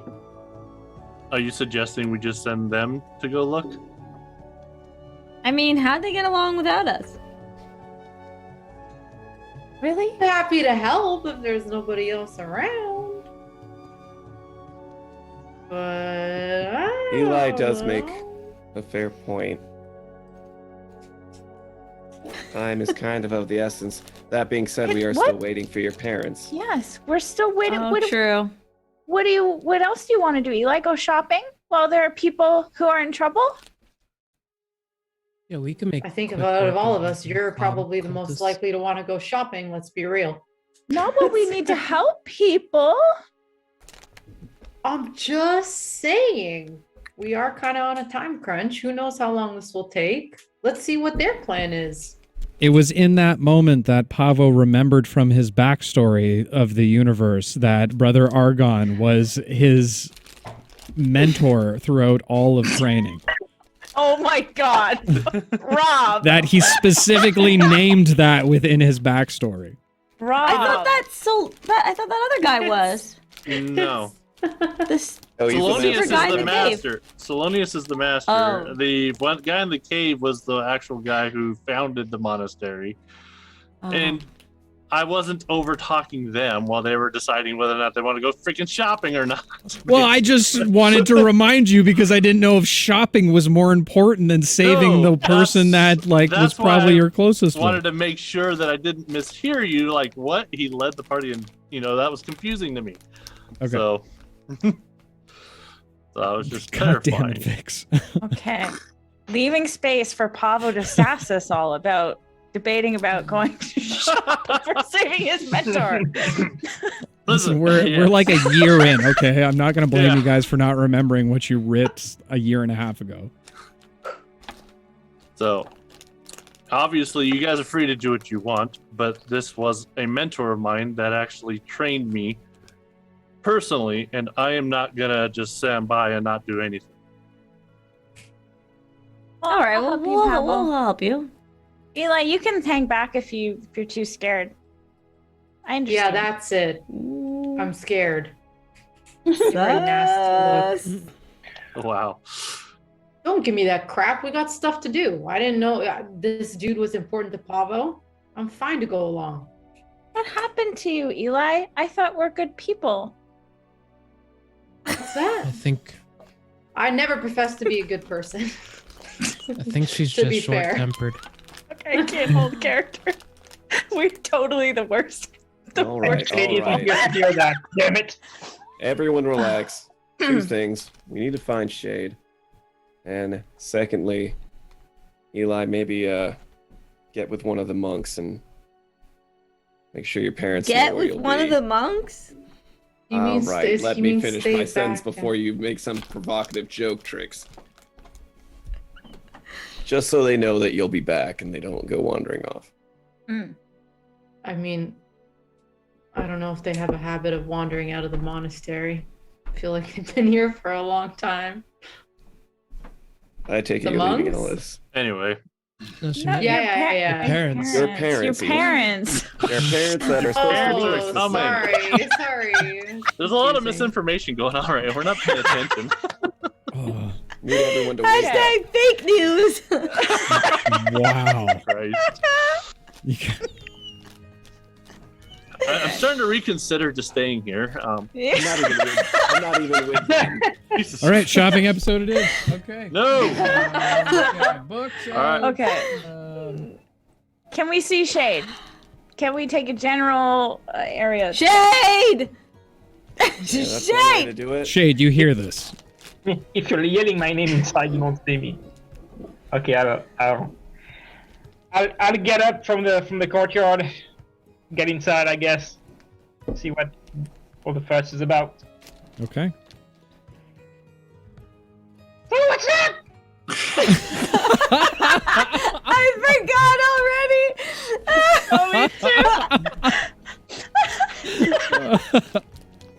Okay, we're still doing this. All right. What the hell is wrong with you? I don't know what you're talking about. Oh boy. Oh, it's so screechy. Your voice is so screechy. We have got to get that bug out I of don't here. have to save my friend. He never came. So, Brother Mango, which direction did you say this all took place? He's peeking his microphone. I was gonna say. You're the one who told him to go higher. It's true. The It's true. record's like, put away from me. I'm just gonna pull my hat down lower. My favorite part about it was that it was 4 hours. I was just gonna keep letting him do it for the rest of the show. He didn't say how long it was. Let's just say, for story's sake, you're cleared up now. Perfect. Whoa. Oh, God. As Pavo addresses Brother Mango. Well, Brother Pavo, I would be happy to show you. Then do so. We'd also be happy to babysit. Please.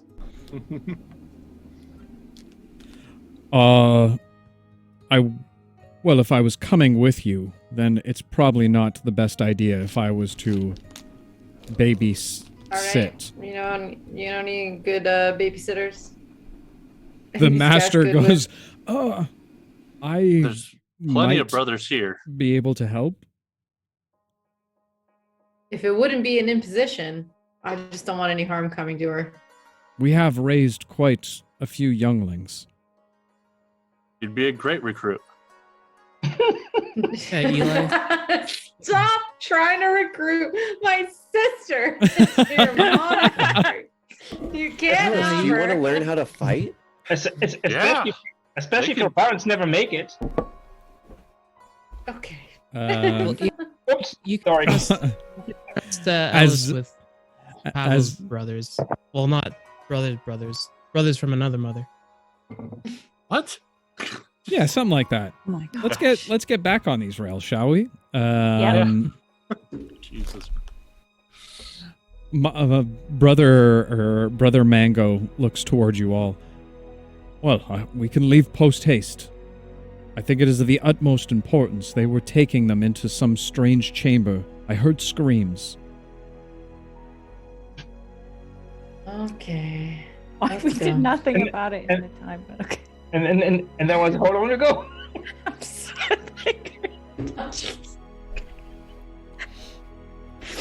Yeah. All right, let's go. it's- All right. Brother Mango and I are walking, and I don't know what I they're am doing. also walking.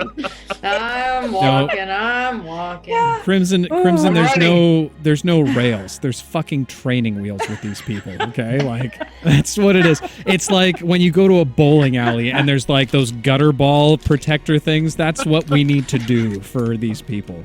If you put the bumpers up, you never lose. Oh, yay. Heroes Still of the losers. realm. So happy Yeah, you you guys are the ones to save the world. Ooh. Yep. Chat just told me to get back into character. That's Wow. funny to say. Yeah, okay. And Sorry. they've given you Oh, no. Dark Heart. Fair enough. Your next skill check, you have disadvantage on. Wow. So, okay. Savage. Fine. Wow. Oh Well, my that's in gosh. character. As you stand up, ready for the short trek towards the cave entrance, Brother Mango speaking of, you first give a long stretch in the morning.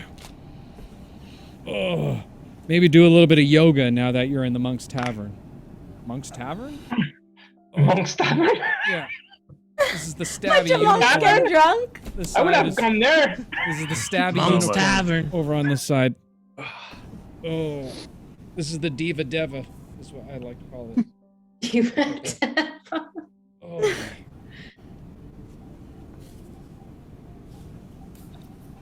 As you make your way out into the desert, following the trail and path downwards through the mighty peaks of the mountaintops, you eventually make your way out into the sands, sun beating down over top of you, albeit not too warm, as it is still morning at this point. The brightness puts a little blur in your eyes Wavy lines cascade across the sand in front of you, causing some of you to see temporary mirages. Nothing that any of you can't handle, though. As you continue onward, you travel for roughly an hour before making your way to a large opening in between a few rocks, large boulders that seem to be stacked on top of each other. Brother Mango looks to you all. This was the way I got out, and this is the way that will get back in. This is the way. This is the way. Okay. Can you get copyright infringement now? Like, what the fuck? You can say this is the way. No, I'm just joking. Oh my gosh. I don't even know what your guys are talking about. Mandalorian. Oh, right. Say yes. it. Oh, now we're copying. Now- Yeah, now Disney's gonna screw us all. Great. Fantastic. What's wrong with y'all, you people? All right, Done. let's go. So before we go in, I will go to Trix, and I was like, you seem like you're not ready for what's going to be happening down there. And as I took the poncho out yesterday of my bag, I found that I was trying that stuff forever. And I will reach down and pull out the pistol that I got from the Minotaur. I'm like, maybe you can use that. Awesome. Either as a club, or if you know how it works, just use it. And I'll get the Thank bullets you. out too. Oh, this is gonna be great. Tricks. And Yeah. I'll spin it in my hand. I Go wanted to ahead. Hopefully it doesn't go off. Yeah, I just pretend. I wanted to tell it to Boku, but that went down in flames.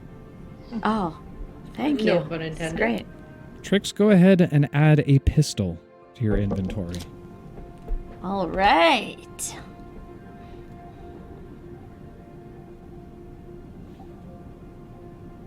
As you make your way downward, it thins, making it so that it's a tight way down. Brother Mango leads you to a spot where he points towards an opening at the end of the cavern. You hear a little bit of a commotion on the other side. As you lurch forward, Pavo being in the lead, you see a strange room directly in front of you. Almost like that of a forgotten temple. Harsh sandstones across the floor. Well cut, but very old based on what you see. Small piles of sand that seem to have leaked out from the walls itself, now spread across the ground. You see two guards standing on either side of what looks like a prison with a number of fellow monks directly inside. The commotion that you were hearing was two additional guards seemingly pulling one of the monks out. All seem very badly beaten and bruised. As they pull the monk just to the left of the room, through a center of large doors. As you continue to watch, the monk seems to stir a little bit, raising his head up. And you see it is in fact Brother Argon that they're being led into the second room.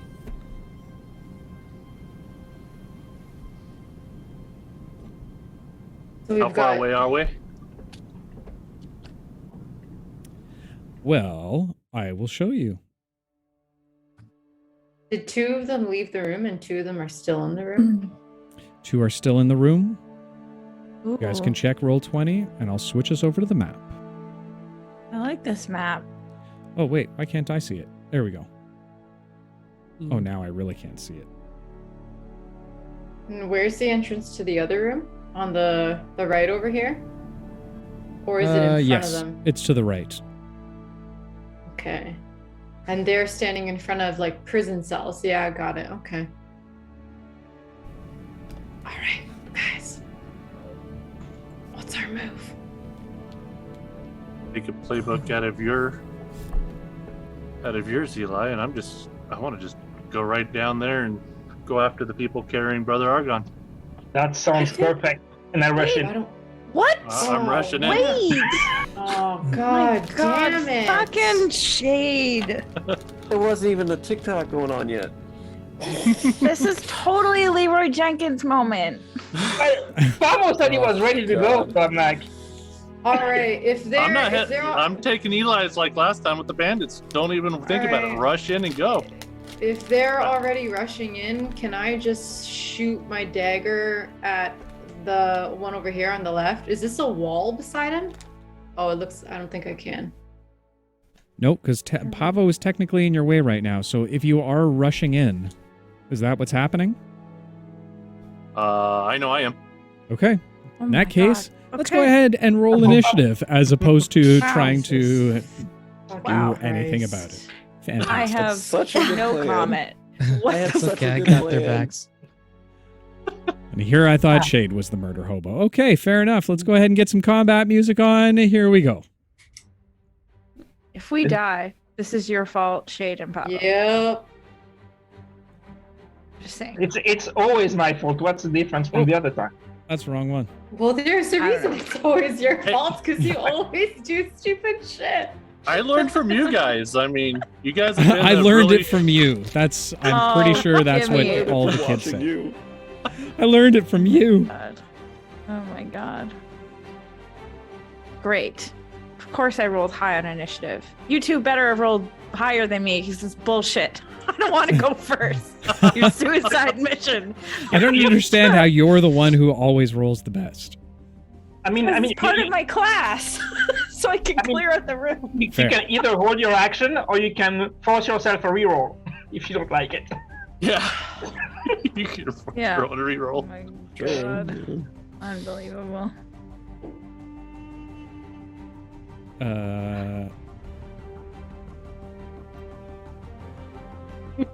Sorry. Give me 2 seconds.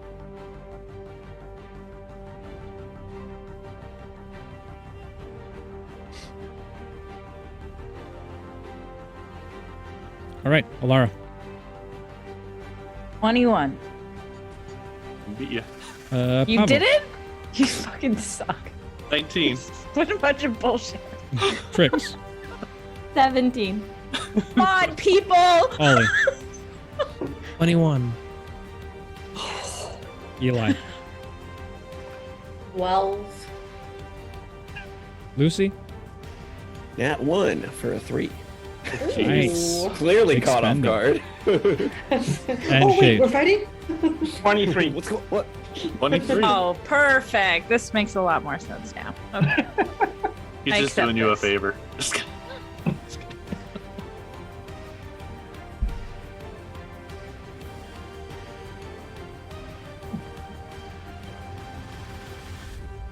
All right. In that case, Shade, you are the first to react in all of this. There is but a small opening directly in front of Pavo. What would you like to do? So I have to wait for Pavo to go through to get through?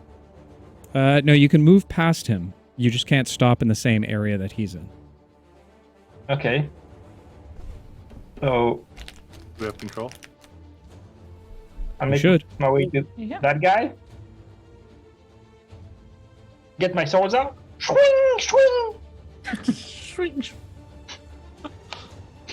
and just attack. All right. That's the bad guy, right? Yep. As you rush We're all in, like, that's the right guy, right? as you rush inward, pulling out both of your swords from their holsters, you push them down along the ground as you rush towards them, causing a little bit of a spark directly behind you. The first warrior of the Nakab stand in your way. Go ahead and roll an attack for me.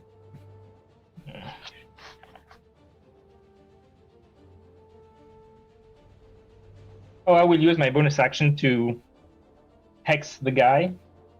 So before I hit him, some ooze would come out of my arm and kind of go around him. Oh, that's going to be nice. It's not one. Nat 1. Okay. Yep. As you attempt to swing wide on this individual, you slip on a little bit of sand that seems to be scattered across the floor. You lose your balance for but a brief moment as you swing wide, a look of shock on the individual's face. Is there anything else you'd like to do on your turn? Second attack is a 21. 21 absolutely hits as you steady yourself once more, grabbing both of your blades in almost one hand, putting them together. You swing down harshly on top of them. Go ahead and roll for some damage for me.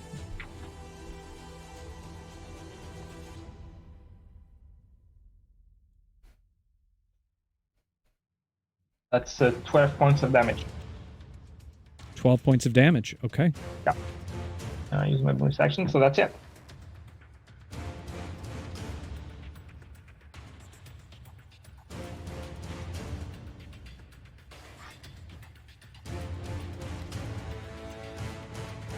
All right. With that said, recovering from the attack that had just overcome him, the individual you stand in front of waves a large scimitar directly in your face. He attempts to take 2 strikes against you.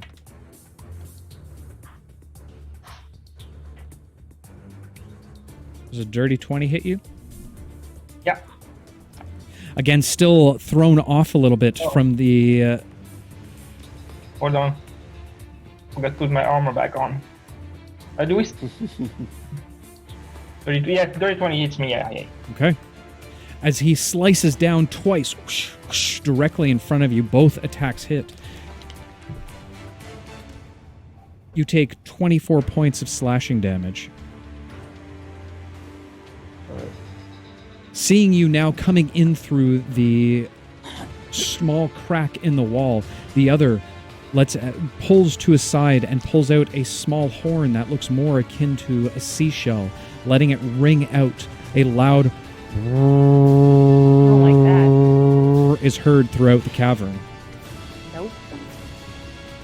And that is going to end their turn, which takes us to... That Maybe is we going to should have take thought us about to Ollie. Ollie, you're up. Alara, you're on deck. All right. You guys thinking about okay. something? Never. As the Okay, horn is control. blown Tried. for you, Ollie, beforehand, it sounds very melodic to you. Almost like a scale. A fish scale. No, I'm just kidding. You receive bardic inspiration. Oh, hooray. All right, I need control of my guy, but I'm going to stand right to the left of this guy. You don't have control of your dude? No, I don't know why. Okay. Neither do I. I did all this, though. That's weird. I have control. Well, now I have control. Yeah. Hmm. All right.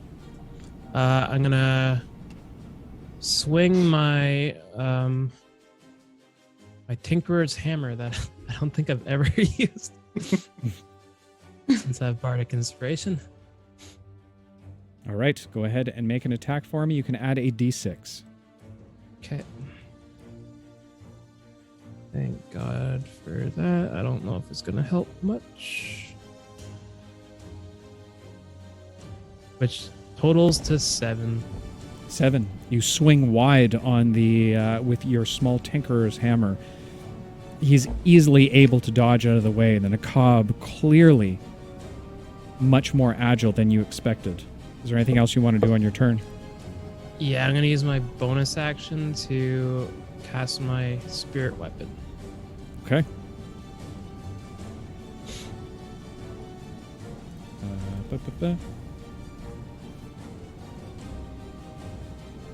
Right. I'll give you control over it. All right, it's all yours. Put it wherever you'd like. Okay, I'm going to put it there. And I'm going to take another swing. Okay. And does 14 hit? As the spiritual weapon in a golden glow appears directly beside your adversary and smashes down on the ground beside it. It creates a big divot in the ground. However, it doesn't make contact. These individuals seem to be far too nimble and quick. Oh, shoot. Oh, shoot. Oh, shoot. Okay. Okay, yeah. I've made a terrible mistake, but I'll end my turn. All right, fair enough. Alara, you're up. Pavo, you're on deck. I made a terrible mistake. This yellowy part, is that like a hole, or is that just like fancy coloring? No, that's just fancy coloring. Okay. So I guess 5, 10, 15, 20, 25, 30. I don't know. Can we say I make it here? Or no? Sure. Okay. I can like shoot at this guy through all these thingy, right? Through all these spiritual weapon? Yeah, sure. Why not? Okay. All right. Alara will walk out here muttering to herself, and they say that I'm impulsive. And then she will cast Hands of Time. I just see like Alara making a big huff and like storming out. Rabble. Yeah. Literally. And she casts Hands of Time, and 2 ethereal cogs appear in her hands, and she spins them around like Sailor Moon does with her tiara, and shoots them both at the one that is near Ollie and Shade. Okay, go ahead and make 2 spell ranged attacks for me. The first one is a 23 to hit, and the second one is a 14 to hit. The first is able to pass through, hitting it directly in the arm, spinning like that of a blade. The other, I actually heard that from downstairs, gets caught up with Ollie's spiritual weapon. It seems to slightly push it off of course as it hits the wall directly behind it. Go ahead and roll damage for one of those. 19 points of damage. Okay. Or necrotic damage, if that Okay. matters. So that'll end my turn. I'm still shaking my head. Frustration that we did not plan this. All right, Pavo, you're up. Trix, you're on deck. Seems to be our plan all the time. Oh, yeah, right. Do we still have that dexterity bonus from the last episode? No. Okay. It lasts the session. That's it. Once I get out of this little corridor, what's the height of the ceiling here? Based on your best estimates, about 20 feet. 20 feet. Okay, well that won't matter then. Then I will take off to about right here. I will stay up 15 feet up in the air, and the one that's closest to me, I'm going to use my newly acquired sword, slash down, and sling some radiant bolts towards him. The warrior seemingly now tucking away his horn directly in relation to the combat going on, grabs out his 2 scimitars, but not fast enough in time for you, Pavo. As you soar out directly in front of him, wielding your blade directly in hand, you slice down, sending 2 solar flares directly towards the individual. Go ahead and roll an attack for me. First one is 17. The second one is 25. The first, he attempts to dodge out of the way, but it's far too quick and nimble, as the rays of the sun are typically. It hits him directly in his lower thigh as a scorch mark appears. He stumbles a little bit, with the other solar flare bursting across his chest. Go ahead and roll damage for both. So that's 9 radiant and 12 fire for the first. Okay. Second one is 6 radiant and 7 fire. Okay. As I'm red. And I'm going to use a key point for 2 more attacks, both on him. Okay. continuing the same motion, flinging them both down, firing down the radiant bolt on top of them. The first one that would be a 17. Well, that's an 18 plus 9, so that's a 27. 27 absolutely hits. So that would be, so the one that hits, that's 7 radiant and 10 fire. Okay. And I will stay there. Okay. Sending another blast towards the strange creature in front of you. You now get a full view of the individual. It looks as though it was once a man, but its skin very tight and taut, like it had been spent many years within the desert, almost like it had pruned up from a lack of any kind of moisture. You also see the strange carapace helmet that seems to adorn their head, with long scorpion-like tails that reside directly off of the back of them. It hisses at you as you cause more of the fire damage upon it. Is there anything else you'd like to do on your turn? That'll do it. Okay. Hissing towards you, it is going to... you're I'm still 15 feet in the up. air? Yes. Okay. You watch as the tail that's merged with its helmet begins to push upward, now extending over top and pointing directly at you. You see a large needle dripping with some type of toxin as it spits it towards you. Nope. It's going to be a 22 to hit. That will hit. The blast of the greenish, blackish toxin hits you directly in the chest.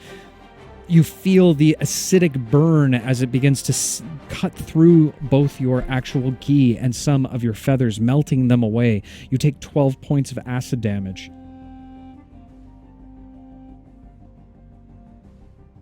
The creature is then going to try and move up closer towards you, now waiting for you to come down once again. Tricks are up. What would you like to do? I would like to pull out my shiny new gun. Mm-hmm. And what you gonna do with it? I'm gonna. What you gonna do with that gun? What you gonna do with all that gun? Move over here, next to Alara. Oh, I'm gonna use my bonus action to actually open it and see if there's any ammo in it. Lucky for you, Good idea. there is quite a bit. And as you open up the pistol, you're suddenly reminded of how useful it would have been against that icy white dragon and its winter tail. Yeah, well, hindsight is 2020. What can you do? Also, Winter Tales, thank you for the raid. We very much appreciate it. I was trying to work it in for you, AJ, but we're having a bit of an off day today. It's okay. It's okay. We'll get there. We'll get there. Tricks, as you... I don't understand. As you snap back with the barrel now pushing directly inside of the pistol, you take aim towards one of the individuals standing in front of you. Which one? To the left or the right? What? The one direct... Oh, to the right. To the right. To the right, facing off against Pavo. Yes. As you pull back the hammer of the pistol, you inherently feel like you got this. You know how this is done. Hell yeah. Are you That's a taking your shot? 29. 29. I'm taking my shot. Closing one eye and positioning it towards the strange scorpion warrior, you pull back on the trigger as it sends the bullet directly out of the barrel, spinning towards your enemy as it hits it directly in the shoulder. Go ahead and roll damage for me. Lara covers 2. her ear. What the hell, Tricks? That's 2. 2 points of damage. All right. Catches it off guard as it pushes it back a little bit, throwing it off kilter, but a brief moment. Is there anything else you'd like to do on your turn? Go. Nice. And that's it. Blowing a little bit of smoke away as you kind of turn and pivot. The smoke blows directly in Alara's face as she begins to cough and wave directly in front of her hand. With that said, Eli, now looking towards Lucy and Raynor, who are still toe-in-toe, Mango holding back a little bit, allowing you to take enough action to do what needs to be done. Raynor looks towards you. After you, shortstop. Eli will kind of like exasperatedly annoyed, He'll plop his hood up, and then I'm going to use 20 feet of movement to get here. So that's 5. Oops, I'm using the wrong icon. 5, still the wrong icon. Or maybe I can't move my dude. I can't move my dude. That was the problem. What is happening? Technology, why do you hate me? All right, you should be good. I am good. So 5, 10, 15, 20 from here. I'm going to throw my dagger at the enemy engaged with Pavo. Okay. And I think I have advantage. You do. Ooh, oh, so close to a nat 20. 21 to hit. 21 absolutely hits as your dagger flies through the air, just missing the side of Alara. Alara, you hear a little bit of a huzz of words, a hum as A the whiz? dagger flies directly beside you. It impales itself directly into the shoulder of the creature. Go ahead and roll damage for me. Okay, 15 points piercing. 17 points sneak attack. Oops. 5 points poison. Okay. I will use my... Oh, sorry, go ahead.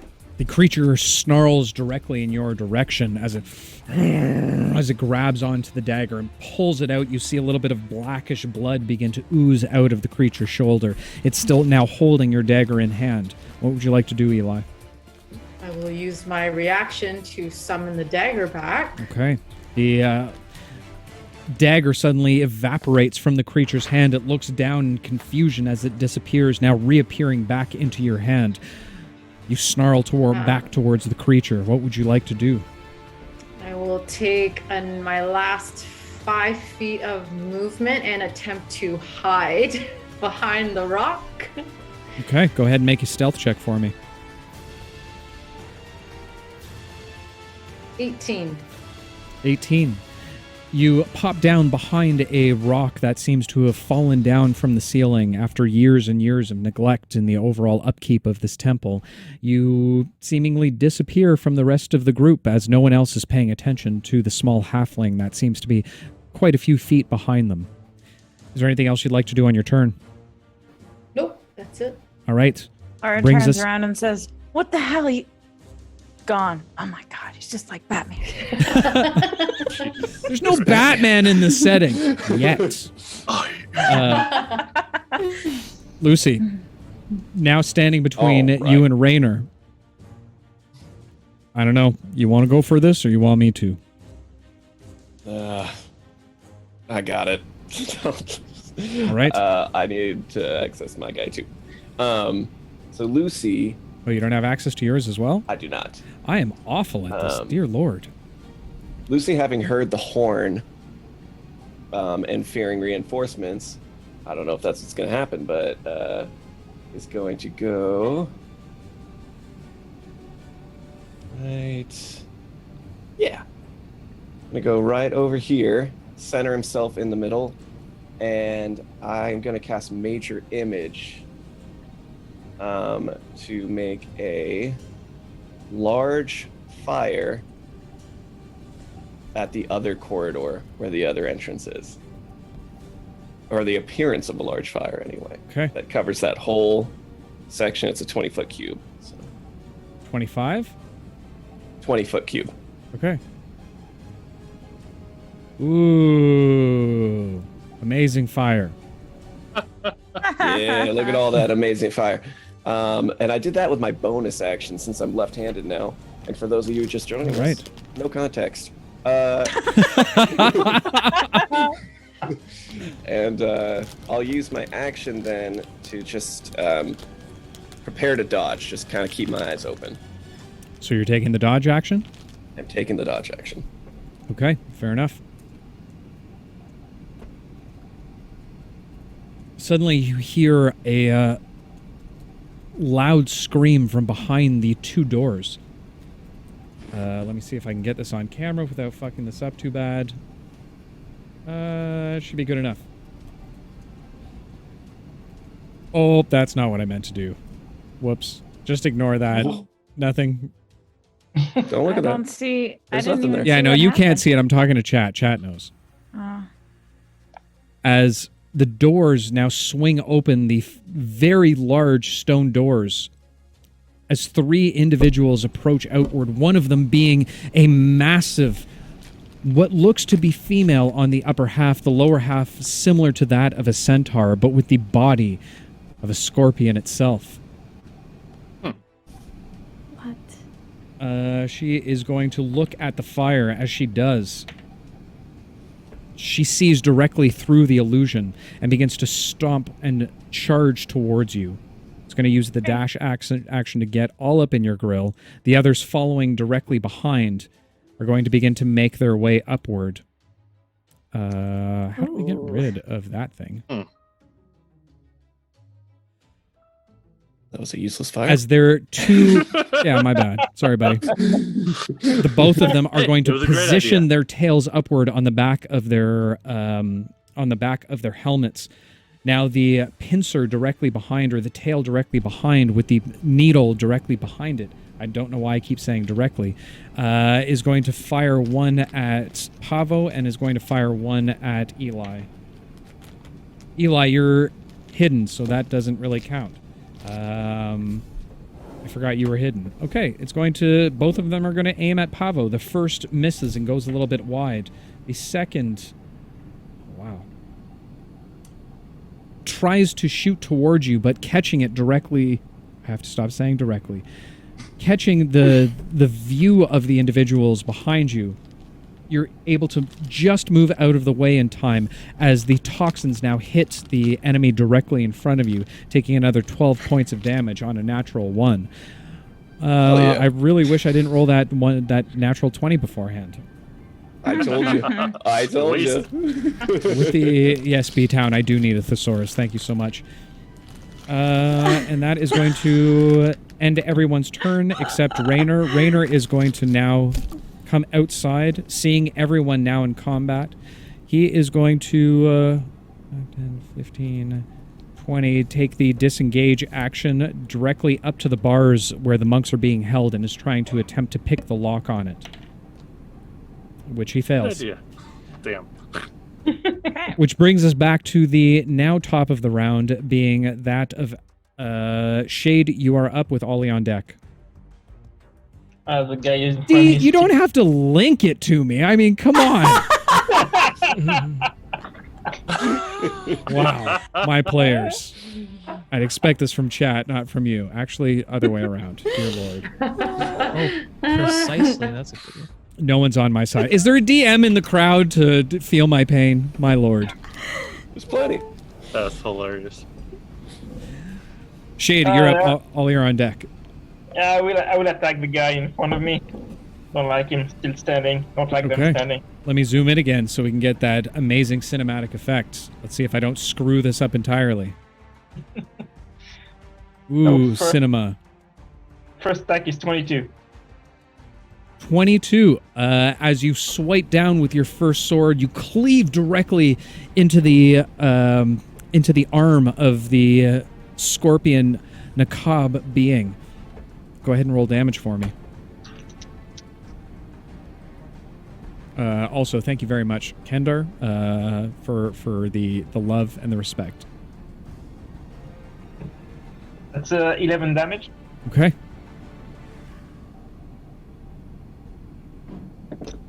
Okay. Second attack is 27. Absolutely. The second slash coming only an instant before or after the second. You cleave down, this time directly in the center of the chest. You cut through some of the carapace as an oozing goo begins to push out from directly the center of the chest, signaling that whatever armor that they're wearing seems to be part of their body itself rather than just being a piece of an attire. 16 damage. Okay. With that said, anything left you want to do on your turn? I'll take my third attack. All right then.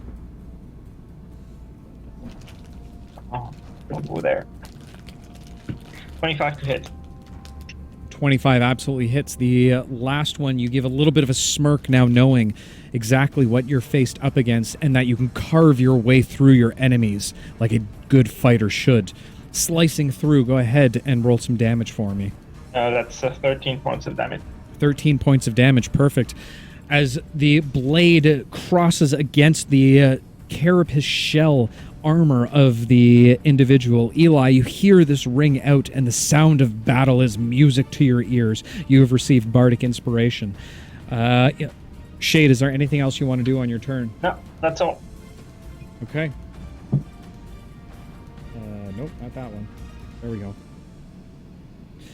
The creature is going to fire back, taking 2 slices towards you.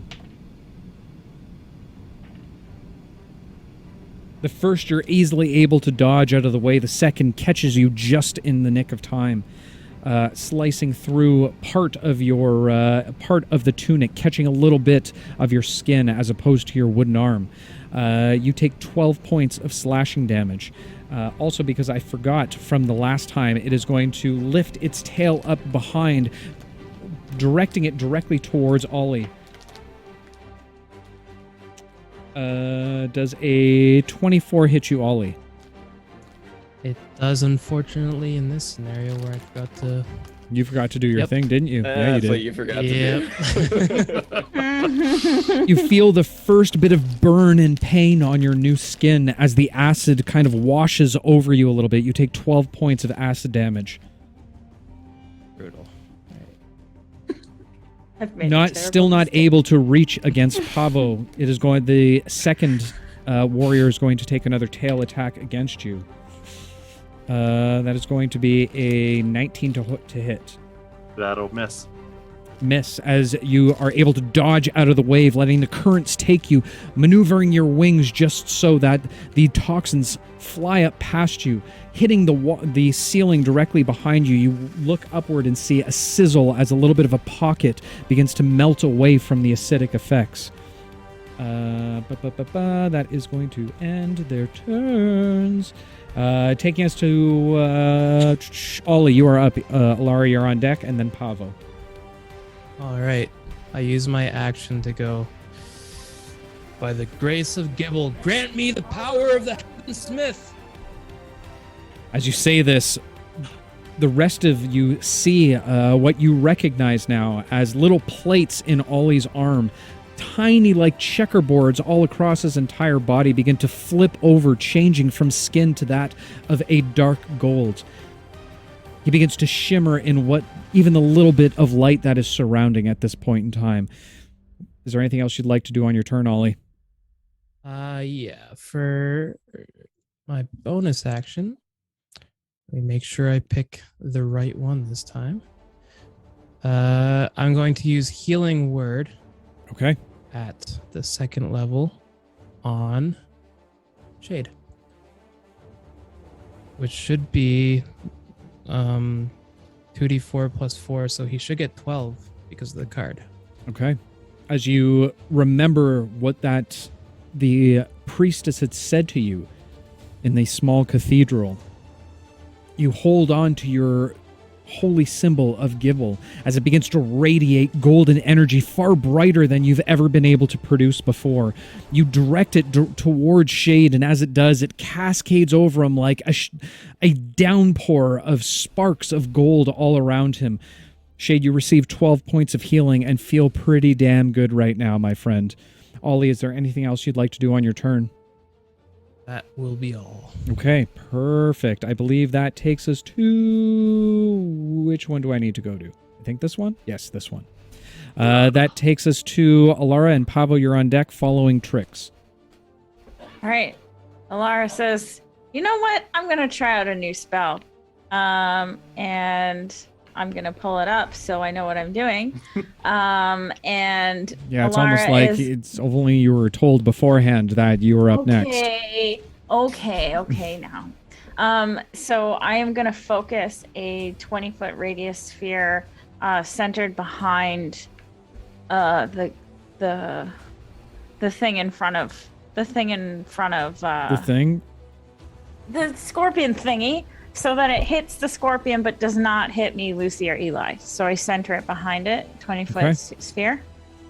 And psychic energy just explodes from there. And I need a intelligence saving throw. Okay. As almost like a magical shockwave begins to reverberate in a circular area directly behind it. The mother scorpion looks back, seeing almost the pulsating wave directly towards her. She braces herself. That is going to be intelligence, you said? Yeah. That's going to be a 25. That's not good. So it's half damage. Okay. Oh, of course I did. Well,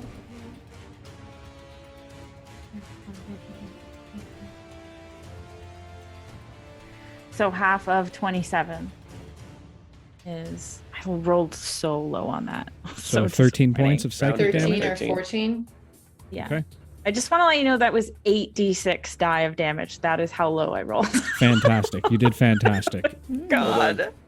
The mother Psychic scorpion damage. grabs onto the sides of her head as she lets out a strange scream as the pincers begin to flare directly underneath her. As the pain begins to subside around her, her eyes now narrowing down on Alara as they fixate on the small time wizard. Is there anything else you want to do on your turn? In comparison to her, she big. She big girl. Nope. Just look confident. Fair enough. Go ahead and make a deception check for me. Yeah. At disadvantage for the dark card. I forgot you had that. Yeah. Are you being serious? You're not serious. Yeah, You want you're me gonna to- try and oh. if you're gonna try and Okay. be confident in a point in time with a giant Okay. fucking scorpion queen mother directly over top of you. Well, with the disadvantage, that is a 2. Okay. Mhm. Alara piddles a little. All right, moving on. Pavo, you are up. What would you like to do? All right. Since I'm still above him, I'm going to use my first attack. I'm going to stay up, flying above him. I'm going to use the radiant sunbolt to fire down upon him, and then followed up by I'm going to land and I'm going to try to use an unarmed strike against him coming down on top of his head. So Right. first radiant sunbolt. As you let loose another solar flare, now in the form of a bolt directly towards your enemy, a flash of light and heat begins to emanate directly from your palms as it rushes down towards your enemy. Go ahead and roll an attack for me. That'd be 26 to hit. 26. It moves so quickly like that of light, your enemy has no chance to avoid it. It hits him directly. Go ahead and roll damage for me. Okay, that is 7 radiant and 10 fire. Okay. And then I want to follow that up by lowering myself basically from that height, just come straight down, punch him on top of his head with my unarmed strike. All right, like the great Iron Man, you allow your wings to shut in on itself, wrapping around your body as you come slamming down directly on your enemy, fists blazing with energy, smashing down directly on top of them. What? Dave? What? You hit something. you hit the table so hard your cam went out for us. We can't see you. That's right. Oh, That's how crazy it was. You just hear my voice now. I am just the narrator. It's going to be that much more immersive for you. yeah, I mean, it's Chat can up still on- see me fine. Yeah, It's fine. you're good. Yeah, We're chat good. can see you. That's fine. All right, that's good. So does a 19 hit? 19 absolutely hits as you crush down on the carapace of this warrior's helmet. It cracks underneath the actual pressure from your fists. Go ahead and roll damage for me. All right, that'll be 10 points of bludgeoning, and I'm going to use a key point for stunning fists. So I need a Constitution saving throw. Okay. That is going to be a 12. He is stunned until the end of my next turn. As the fist makes impact on the top of the helmet, you see a large crack begin to open up. More of the goo begins to spill out, now informing you that this is not armor. This is part of their overall body. The creature looks up towards you with a blank look on his face as it stops all of a sudden, with gore leaving the top of its head, the scorch marks all atop all of its being at this point in time. It is looking badly wounded, my friend. Is there anything else you'd like to do on your turn? Well, for a bonus action, I will spend another key point for Fury Blows, and I will continue to punch and kick him with 2 more attacks. With advantage at this time. Boo, boo, boo, boo, boo, boo, boo, boo. You're a bum, Mike Tyson. Oh, that really blows. 11. 11 to hit. 11. Yeah, I rolled a 2 and a 3. Oh my gosh. I believe if they're stunned, don't they? It's Isn't it an advantage automatic to hit? hit. I wish. And you rolled an but 11? Yeah. All right, I'm still coming down. a little bit too excited at this point. You're a little too giddy All right. and Well, throw a the punch second one. way too wide. Okay, the second one, that's 14 plus 8, so that's 22. All right, with a jaw-shattering uppercut, boom, directly to the chin of the warrior. You watch as its head flies back and kind of stills in position from the stun that's been imposed on them. Go ahead and roll damage for me. And that'll be for 6 points. Okay. Anything else you'd like to do on your turn? That'll do it. Okay. Which is going to bring us to our new friends who have just joined us. They are going to stay back. One is going to go ahead and fire venom towards Pavo once more. Wow. It misses completely once again as you're able to dodge out of the way. The second is going to attempt to shoot it towards Ollie, as Ollie he can see, unlike Eli, who is hidden, because I remembered that time. Probably best that I hit Ollie as opposed to Eli, because that is going to be a natural 20 with your back turned. Ollie. Oh no, sorry, that's Shade. Shade, with your back turned, you feel all of a sudden out of nowhere a sharp, scorching, acidic pain on your back as it splashes directly across it. Those who can see Shade, you watch as his skin almost begins to melt as it bleeds through the armor. Shade, you take 24 points of acid damage as the toxins hit you. With that said, they are going to start advancing forward. 5, 10, 15, 20, 25. They are now... one is going to get all up in Alara's business. The other is going to come around to the other side, now looking viciously towards Trix. The individual that's in front of Alara is going to take 2 scimitar attacks against her. First being a 25 to hit. I'm just gonna try a reroll. I'm gonna close my eyes. Here comes that nat 20. Here we go. It begins to time almost begins to reverse directly in front of you as it slows its motion and begins to pull back. It looks at its arm confused of what exactly is happening. It tries to make another attack against you, but you're easily able to move out of the way. Shaking its head, it's going to make its second attack, again a 23 hit to hit. Well, that will hit. The second comes slashing down on top of you. You take 12 points of slashing damage as the scimitar grazes directly across you. All right. I can take that now. We leveled up. It's pretty exciting. Yeah, well, the mother, now not very content with what has happened and the damage that you caused it, is first looks down towards Lucy with disgust as it's going to reach out with 2 of its pincers. No. The first grabbing onto you is going to be it's going to be a 28 to hit. Nope. Yeah, okay. Yeah, right.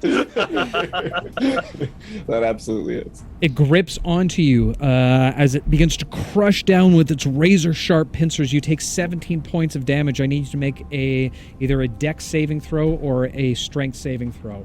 The other pincer is going to reach out and grab towards Alara, which is going to be a 24 to hit. Oh, yeah. Now holding you both with its pincers up in the air, it squeezes down. Alara, you take 17 points of slashing damage, and I need you to make either a dex save or a strength saving throw. Mine's an 8, but I'm going to use my meta magic to re-roll, or my Tides of Chaos to re-roll it. Okay. I hope that it gets better. Oh no. Okay. Oh no. Wait, I have Bardic Inspiration too, right? That already been used? No, that one's already been used. Eli's the only one with Bardic Inspiration right now. I'll remember. And Shade also has Inspiration. Shade, blah, blah, blah, blah, blah. You got hit hard. You are inspired. Yeah. Well, my reroll was an 18 for the save. Well, that's nice for you. I got a 9. It is. All right. Lucy, as you squirm and squiggle, you're able to slip through the cracks. Unfortunately, Alara is unable to, as the Queen Scorpion Mother pulls her up directly in front. You see a massive tail all of a sudden come out from the back end. No. A huge needle, easily about 2 feet long, directed towards you. You can see a little bit of some type of viscous liquid directly in front of it. It pierces towards you. Girl, you getting impaled. It hits you directly in the center of the chest. I need you to go ahead and make a Constitution saving throw for me. This does not sound nice at all. Like, not even. I think a you'll be little bit. okay. Yeah, it'll be fine. You'll probably It'll be be fine. You're probably. It was directly in her chest.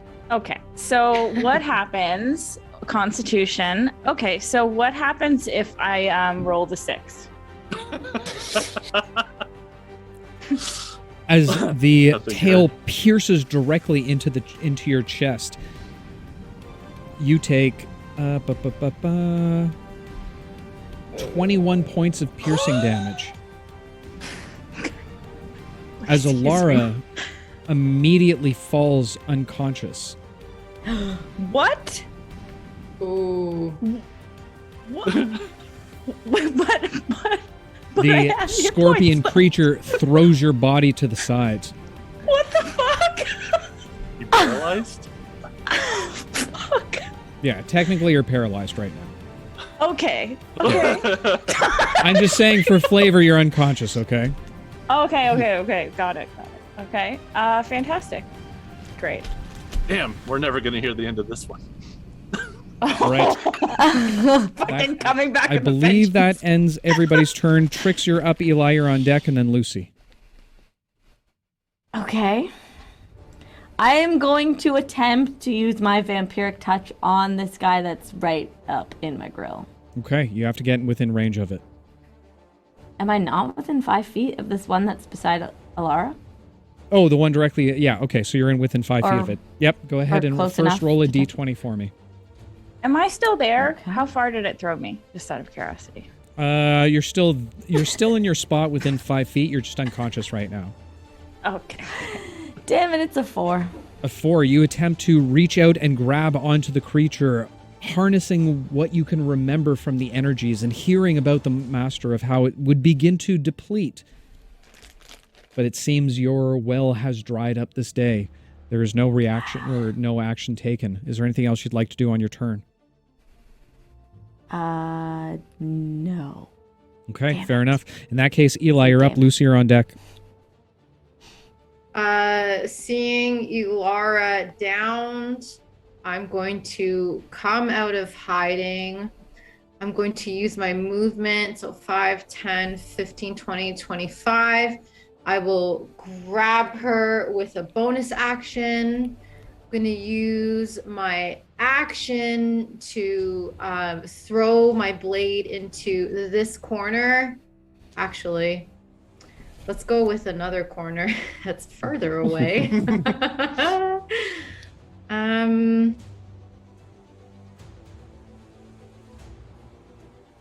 Let's go. Oh no. You know what? I'm gonna go with my initial plan. We're gonna go with this corner. Behind Ollie. Oh, good job. Right here. I'm gonna I'll take come her with with you. me. With Yep, my yep, I'm on it. reaction. And that will be my full turn. I'll All get right. her like really in that corner.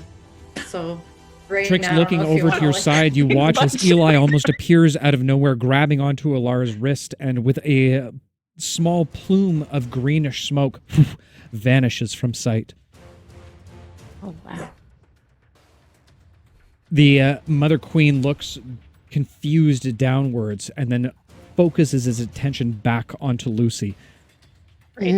Lucy looking upward towards the massive creature in front of you with pincers drawn, with its tail still looming up in the air. What would you like to do?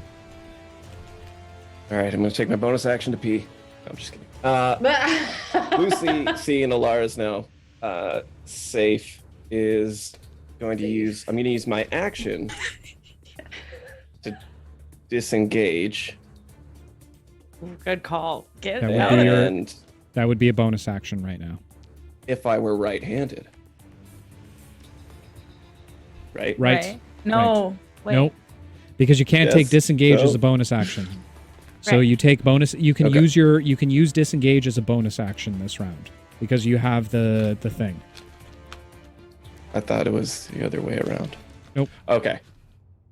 But that's a good thing because you Okay, still have an that action. changes things.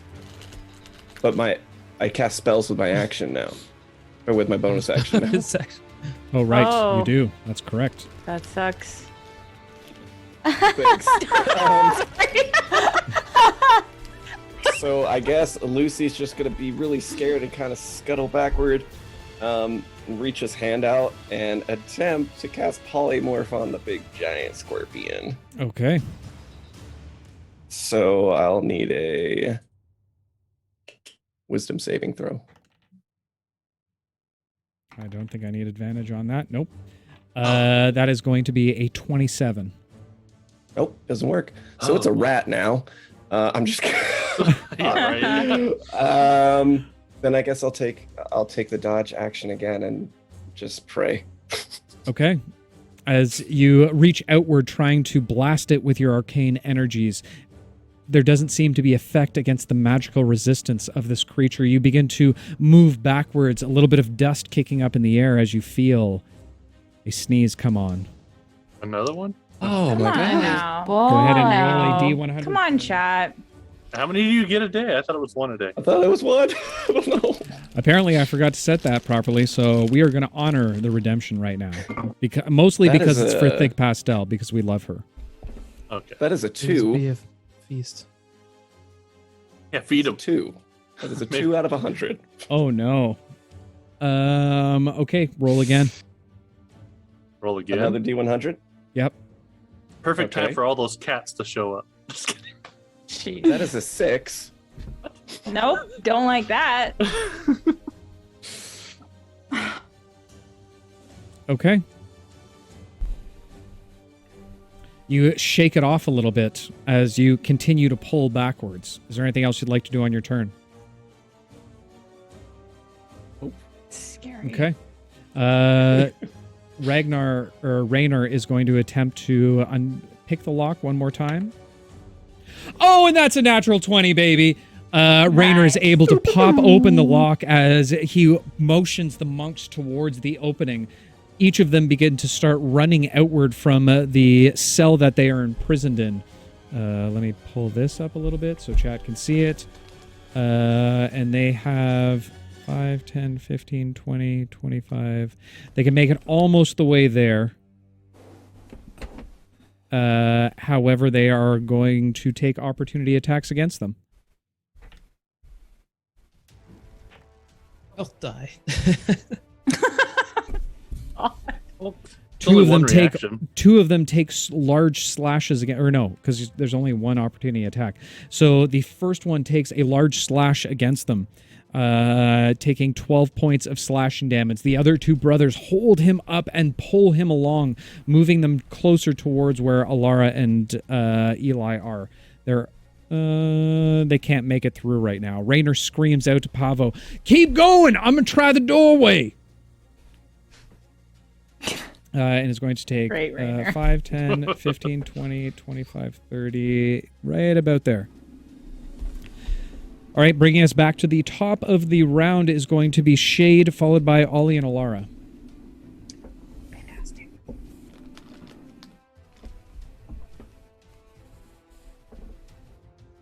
I think you're muted, Swiss. Can't All hear right. you. I will make my attacks against the guy in front of me again. Oh, damn it. That's 16 to hit. 16. As you slash down on your first attack, it swings wide once again. There's just too much sand in the air and in your eyes at this point. Too much pain from the amount of acid leaking down your back. Then the second one would be a 26. 26, you shake off the pain that's being inflicted upon you, refocusing yourself and slicing down towards your enemy, cutting through them. Go ahead and roll damage for me. It's 16 damage. Okay. Third attack. Oh, only one.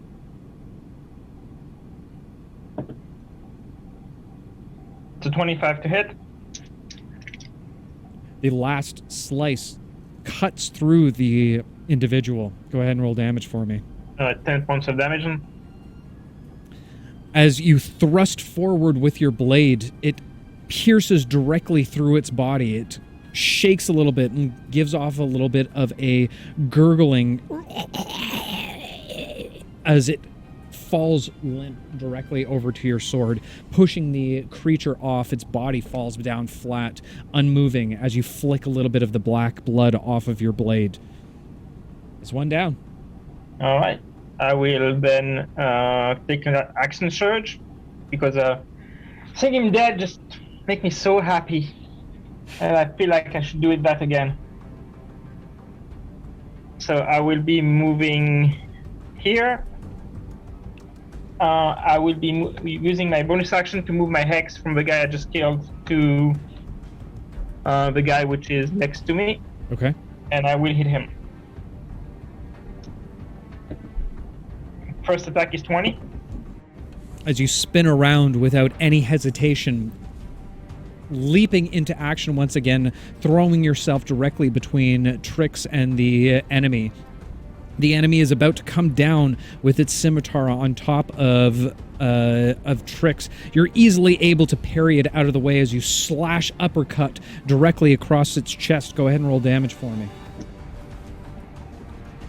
That's 16 damage. All right, the creature gets pushed back a little bit, shocked at the movement speed. Also, you have advantage that we completely forgot about on your next roll. Good. That's 15. 15? Yeah. As you try to swipe once again, almost in slow motion bullet time, the creature comes back to its senses as it throws its blade down. Just in the amount of time your blades connect together, a bit of sparks coming off it as a little bit of strength of contest as you both push each other away. Is there anything else you'd like to do on your turn? No, that's it. All right. Which brings us to Ollie, you're on deck. The creature, as it pushes back, it re-steadies itself and takes 2 swipes of its scimitar directly on top of you.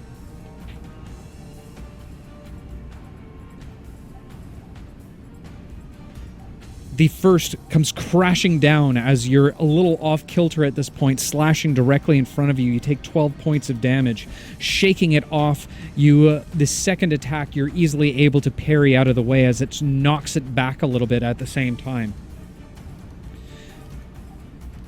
Again, the individual that's on top of Pavo is going to shoot its poisons towards it. He's towards stunned. Pavo. He is stunned. I will go ahead and make a wisdom saving throw. It's And- just until the start of my next turn.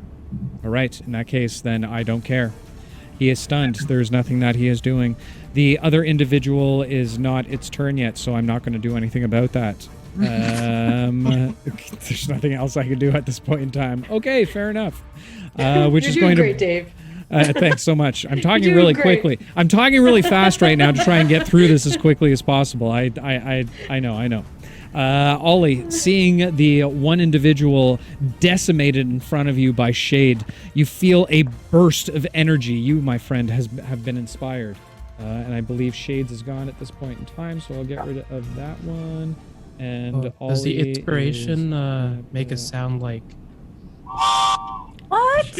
Yes, it does. It absolutely does. These next rolls are hereby sponsored by none other than our good friend Thick Pastel. Shout out to a wonderful artist and VTuber. Go check her out if you haven't already, because she's fantastic. As well as a double sponsorship with GF Powers, B-Town, bringing it home for everybody. This better be a natural 20, whatever that you do next. Whose turn is it? Ollie's. Ollie, you're up. What are you doing? well? So I'm gonna move my little hammer here because I have inspiration from across the streams, I believe it was. Yes, sir. Yes, sir. Yes, sir. Swing that one I'm first. freaking out right now. I'm kind of freaking out. I found a dead body in my trunk today. Jess? What in the Not on world mute. is that? Jess, you're Oh, I'm not sorry. muted right You are now. not on Oh my mute. God. Why are you looking at things about dead bodies right now? What the fuck is wrong with you? Wow. This this is a special Wow. parental subscriber advisory. We at I'm Careful sorry. Cantrip do not endorse necrophilia in any way, no matter what any of our players do or what they look at on the internet. Oh. Just watch your TikTok. That will all make sense soon. I promise. Now's not the time, Eli. Now's not the time. I'm sorry. All right. I'm dying. You're dying. Yes, that's why she's looking up sorry. how to store dead I'm bodies. feeling to mute all of Obviously. you right now. Ollie is up. What would you like to do, Ollie? God, disrespecting the 23 to turn. Using the 23 to hit. advantage. The spiritual blade, once again, or the spiritual weapon, the form of the giant warhammer lifts up into the air and crashes down directly on top of the individual in front of you. Go ahead and roll damage. This damage roll brought to us none other by Cross the Streams 2 times over. Make sure that it's a good one, my friend. I rolled the square root of a hype train level 3, which is Listen, we play D&D. None of us know math. 9 damage. 9 points of damage. All right, fair enough. As the warhammer crashes down, you see a crack once again in its carapace armor, similar to the one that Shade had just downed. It is looking very, very rough at this point in time. Is there anything else you'd like to do on your turn, Ollie? Yes, for my action and not metagaming by the reactions of I'm pretty sure Eli hasn't taken damage yet. No, sorry. Not metagaming, and then you're like, hey, have you taken damage so far? Fantastic. Who's across the fucking room from you right now? I'm gonna use mass cure wounds on everyone except for Eli because I can only use 6 people for the max HP. So everybody, you get 28 health. You get 28 health. Everybody gets 28 health. Ollie- Under your 28 health there for you. Ollie all of a sudden turns into Oprah as it starts giving away health points. Unfortunately, as much as it heals Alara, No. it does not bring her back up. Also, I All forgot right, to what the remind, fuck? I forgot to tell Alara that your health pool has now temporarily / permanently for the time being been reduced by 10 hit points. Yo! Permanently for the time I forgot to mention being. that. Did I forget to mention that? I don't know. Did I forget to mention that? I My bad. barely had Yeah. HP to My bad. begin with. Yeah, I know. Yeah. Well, that's what happens when you're a wizard. So, Moving on. Ollie, is there anything else you'd like to do on your turn? Oh, I can't do anything else. I honestly thought the HP would work, but nope, I'm done. All right. Alara still in a paralyzed state. Go ahead and roll a Constitution saving throw for me once more, Alara. I don't want to. Do it! Do it, please. And this Constitution saving throw is brought to us none other by B-Town with a hot 187. I respect that number. I'm scared. Okay. Roll is brought to us by fear. Yeah. This roll brought to us by fear and adrenaline by the DM right now. Oh my god. Oh, Are you fucking kidding? I fucking rolled a 5, which with my con makes it a 9. Okay. Eli, looking down at Alara, seeing the golden glow over top of all of your companions, thinking that all of a sudden it must help Alara. She still remains motionless on the ground. No. Pavo, you're up. Trix, you're on deck. All right, considering he's where he's at, I'm gonna just right here. I'm gonna continue attacking with unarmed strikes. The one that I've already been against. Ooh, we're so close to a natural 20, so that's gonna be a 27 to hit. 27 absolutely hits. Go ahead and rain fire down on him, Pavo. And that'll be, well, this is unarmed, so this is only going to be for 10 points of damage. Don't rain fire down on him. Just hit him really hard. Is he still standing? What? I wasn't paying attention. How much did you hit him for? 10. 10. As you crack down on the villain in front of you, you can see it being stunned at this point, its eyes rolling back into its head, barely standing up at this point. Second attack. Continue on. That, my friend, is a natural 20. All right. In that case, raising up into the air once more, spreading your wings outward, you fly upward about 10 feet before once again letting your wings wrap back down around your body as you come down with a flying elbow on top of your enemy from the top rope, baby. 13 points of damage. You crash down, its helmet splitting open, shattering into pieces as you watch its neck crick on the side. Barreling down on top of it, you hear and feel a massive crack underneath your elbow as your enemy falls limp to the ground. You have murdered him. You have murdered him. Wow. All right. And then I'm going to start flinging my sword around, causing it to spin around to create a little bit of a flame. I'm going to move right here so that way I can do a 15-foot going this way, and it will cover this direction so I'm not hitting anybody else. I'm going to flap my wings to cause a fire tornado. So each one of these creatures needs to give me a dexterity save. I'm going to expend 3 key points for a flame. Okay. Ooh, good roll. That was not a good roll. That was a 7. 8. I blew my load way too early. That was a 10.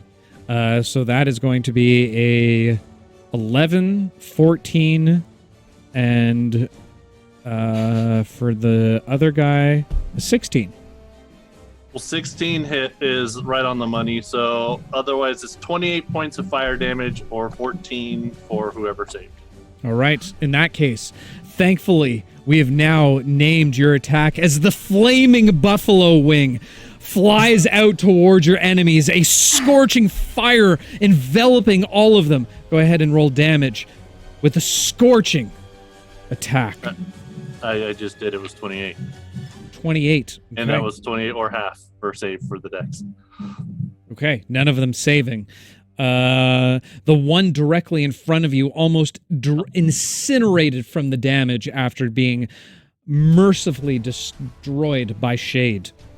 The other two, the warrior now looking quite damaged. You see a little bit of the scorch marks on the back tail of the Mother Queen. She still seems to be standing pretty proper at this point in time. Is there anything else you'd like to do on your turn, Pavo? That'll do it. All right. The last warrior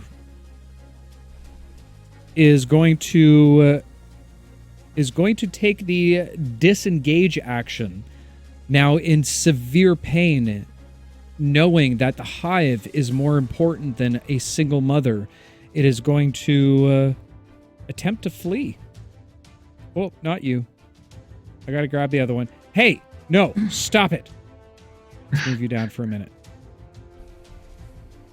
As it runs outside of the room, the mother, looking over top of Lucy, feeling very in pain and damaged, is going to make 2 pincer attacks against Lucy. What the fuck? Lucy able to evade all of them unless a 14 hits you in any way, shape, or form, Lucy? It does, but I'll use shield as a reaction so that it doesn't. Okay.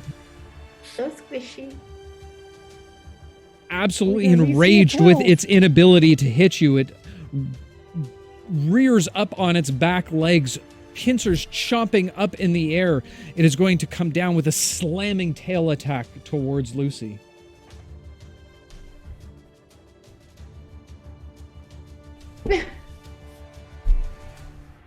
Sorry, Lucy. Its tail pierces directly into your chest.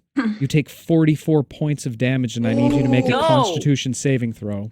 Do not die while I am down. Even with shield Tell me up? what to do. Wow. Don't tell me what to do. That is a 24. On the con save? Wow. Okay. That's how you do it. The Thank you. the nearly I didn't do it. 2-foot piercing tail of this creature pierces directly through you, blood splattering out the opposite side. But it doesn't seem that the toxins are able to take an effect on you the same way as Alara. You do take all of the damage, but you are still up at this point. The monks now are going to all run outward. Mango, the monk, screaming, motioning them for you to move forward. They're easily able to make it out of the cavern and start making it up towards the tunnel itself. Raynor, running over to the front door, is going to 5, 10. It is going to take a dash action to run over to the last remaining monk as he begins to pull himself out. Pavo, looking back, you see Raynor holding up Brother Archon as they begin to escape the massive hall. Raynor screams out, "We got them all. Let's get the fuck out of here." I'll work on that.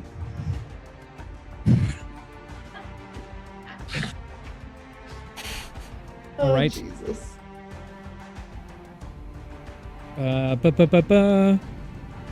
So that ends their turn. That ends their turn. I missed both Trix and Eli and Lucy. Trix, you're up. Eli, you're on deck, and then Lucy. So they're all out. All right, let's get out of here. I'm gonna start. Leave. Actually, I'm gonna go over to Alara and see if Oh my god, Eli. this is the nicest thing you've ever done. needs help. Here's bacon. Trix has a heart. I'm gonna just Loot her body. put her arms around my neck and try and run out with her. Okay. Grappling Alara and wrapping her over your shoulder, you begin to pull her out. Your movement speed is halved while you try and drag her out. But given the fact that 5, 10, 15, 5, 10, 15, you both would be able to make it out together. Sweet. All right. With that said, Eli, you're up. Lucy, you're on deck. Eli is going to attempt to hit the scorpion. Kill it. Okay. Rage in her eyes. Little bits of green electricity firing off as Eli grips onto his daggers. Go ahead and release your anger towards it.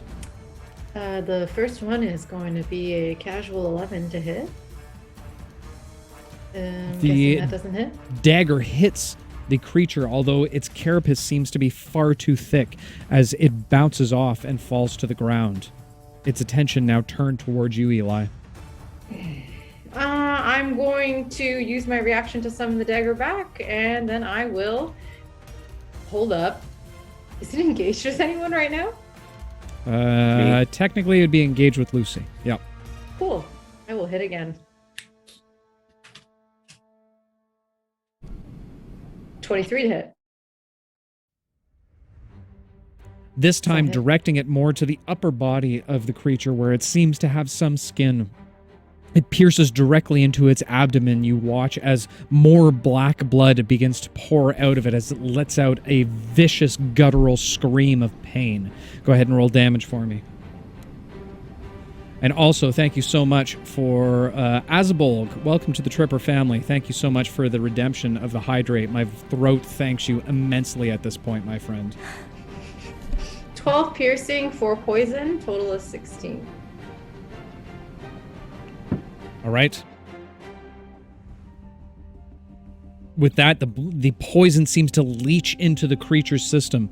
It's looking pretty rough at this point.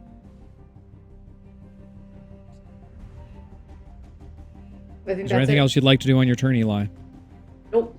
Okay, fair enough. In that case, Lucy, you were up. What would you like to do?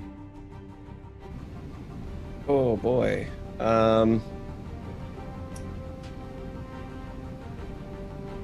Just go all out. Lucy is going to reach his hand out, having just been stabbed, and just kind of pull towards himself. And green energy will kind of surround the monster. And I'm casting Blight at 4th level. Okay. So I need a con save.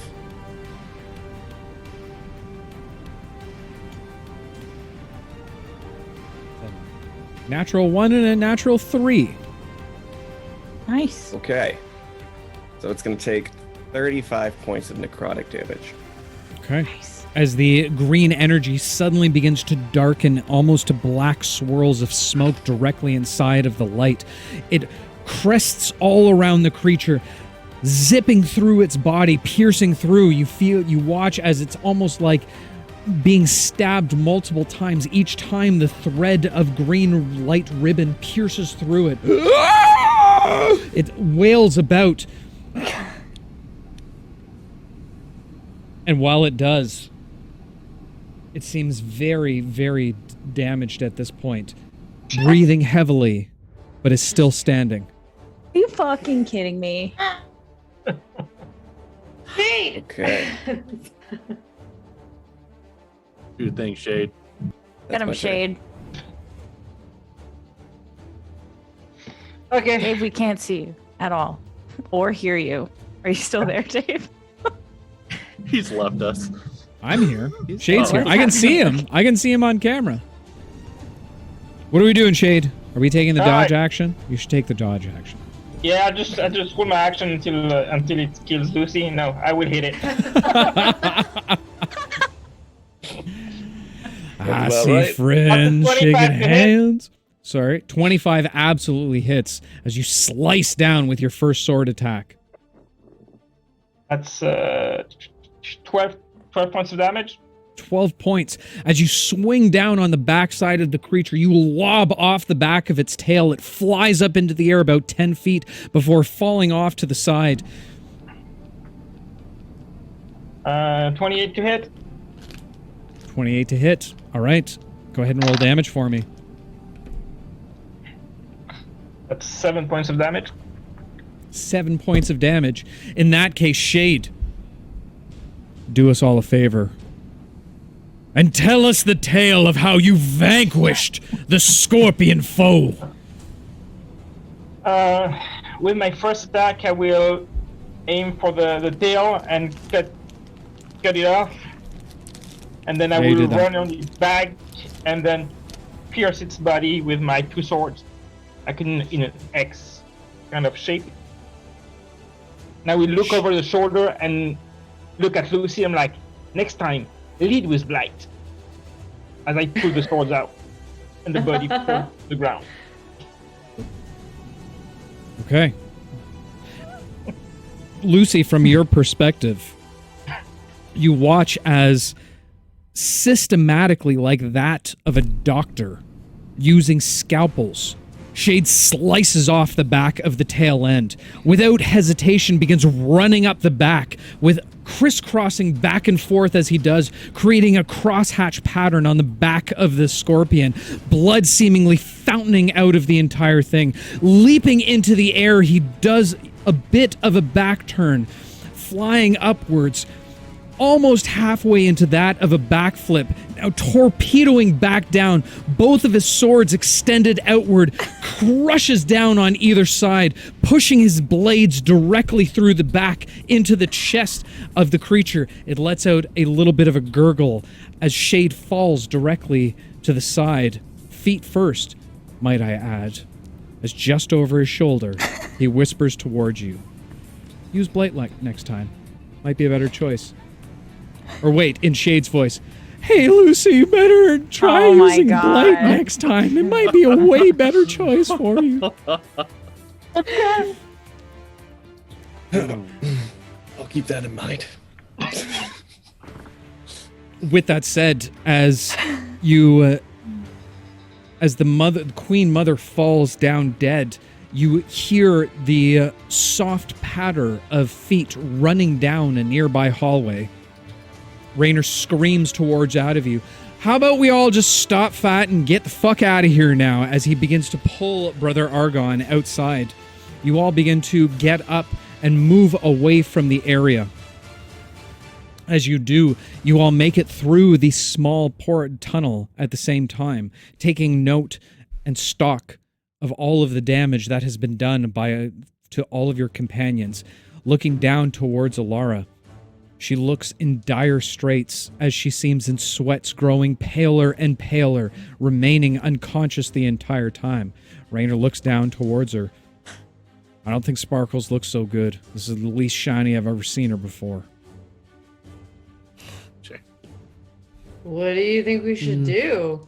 Perhaps I can do something to help, and I'm going to try using lesser restoration on her. As you reach down, holding on to her, the golden glow of your holy emblem begins to cascade through your hands directly into Alara. You push the magics inward, but they don't go. What the fuck? That's odd. Yo! That should have worked. Someone start Usually the CPR! Looking over Alara, this is akin to what you would consider one of the worst curses you've ever heard of. She seems to have been injected with some type of toxin that is quickly sapping the life out of her. Do we have the spell scroll? Happening? Did we have an extra spell scroll from curing Ollie's curse? Did we use that? Wouldn't it be in your inventory? I think it's in hers. Then go through her stuff. I'll go through her bags. I gave it to her so she can learn it. Well, then go through her bags and find us. Okay, Find it. all right, I'm going. It's I'm the same looking. as Ollie's though. It was a remove curse? Or was Yeah. it restoration? It was a remove curse. I will say, once again, like that of a curse. Okay. And if I that doesn't stopped work, we need to going through the get her bag. to the monastery as quickly as possible. If this doesn't work. Pavo, why don't you carry her? We'll follow along. Fly there. Okay. I mean, did you want to try the scroll first or no?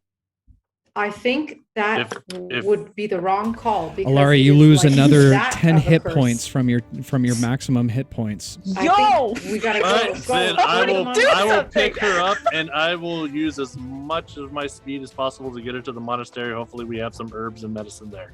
Okay. As Pavo picks her up in his arms, quickly inching his way through the caverns, you all follow directly behind. You continue to move forward. As soon as Pavo hits air, his wings spread out and begins to fly at a rapid pace towards the monastery. The rest of you running without stop directly towards the monastery. Finally, you make it after an hour's travel, all of you. I'll With do it. Pavo's head hanging low, he informs you all. What? This is not real. Hang on. Let me change the music. Keep in mind, I go like 3 times as fast as any of them, so I would have been there in like 15 You would have minutes, been 20. there much, much quicker. Hold on, let me Can we put change sad the music on. to death music.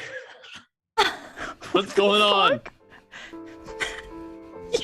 What? What? What's that music? What the hell is this? You did good, bud. I'm traumatized right now. What the fuck? Pavo begins to explain to you all that the only way that the master knows of healing Alara is that of a rare flower found outside of town Uh-oh. that he's able to keep her in a state for the next 24 hours. Oh, shit. Looking down at Alara, she seems extremely pale, almost that of gray, mimicking that of Raynor the Drow. Sweat pouring off of her body.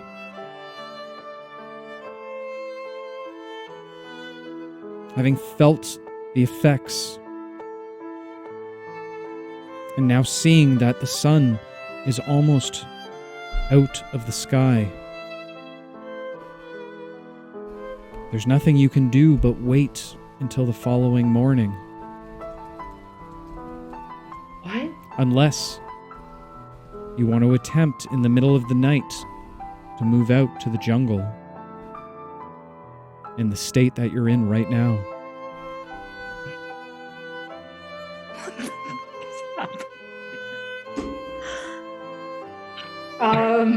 That's no. I mean, Pavo definitely is willing to take that risk. I'm willing to take that risk. I So mean, is Eli. should I do a mass heal before someone draws a card next session? This shadow focus. Ollie does a mass heal to everybody that gets 28 health, except for me, but I'm full health, so it's fine. Okay? Health-wise, I'm good, but I'm out of key points. But it is what it is. The master speaks up once again. We can stabilize her over the course of the night. I don't think there's any reason to put yourself at danger for now.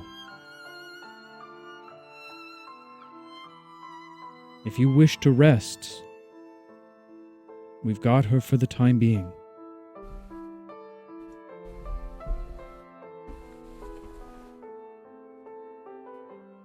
Don't we need the flower? Yeah. Like, We have the like we have now? the herbs to save her for now, to stabilize her. Okay. Her condition will not get any worse, but it will not get any better. Oh, I But understand. we only have 24 hours. Pieces. Do you have time to shop? Just kidding. Who can rest? But I don't Go think we tomorrow. should rest. What if it takes us more than 24 hours to I find think- these flowers? I think the implication is that we Yeah, have we should time rest. to rest before we go get the flower. Am I understanding? Master, healer? Correct. Okay. Yeah. Yeah, let's rest then. We can't help her if we're all dead. So True. let's try to get some Alright. sleep. Please. Are you all headed to the dormitory then? Yeah. Yep. Lucy's not. I'm gonna rest right here since I don't have to lay down. I'm gonna basically stay right next to Alara. Just close That's your what eyes Lucy as was we're all doing. discussing this. Read the room, Pavo. All right. As you all begin to make your way to the dormitory, Lucy, is there something you'd like to do? Not particularly. He's just kind of holding Alara's hand, just is gonna fall asleep at her side. Okay. Lucy holding on to Alara as she shakes from the fever. Sweat over top of her. Pavo finding a spot to sit while the rest of you make your way to the dormitories. The last of the line, Shade and Raynor. Raynor approaches Shade and puts his arm around him, comforting.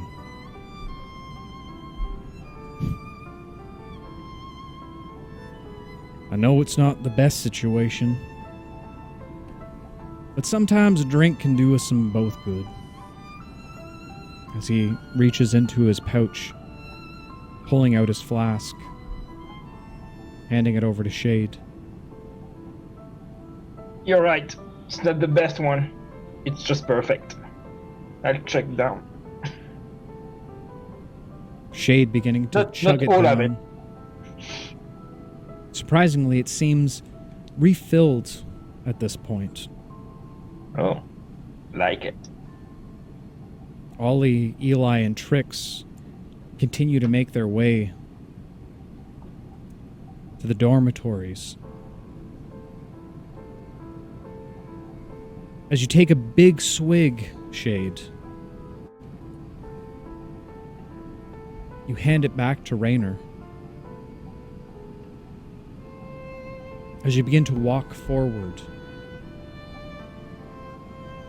you begin to feel uneasy.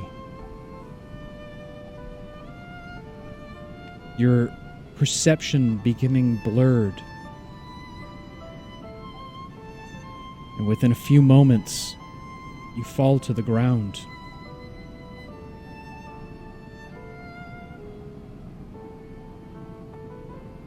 I will And kill while you. no one hears the cutscene, Raynor reaches into his pouch, producing a similar sending stone that Eli had.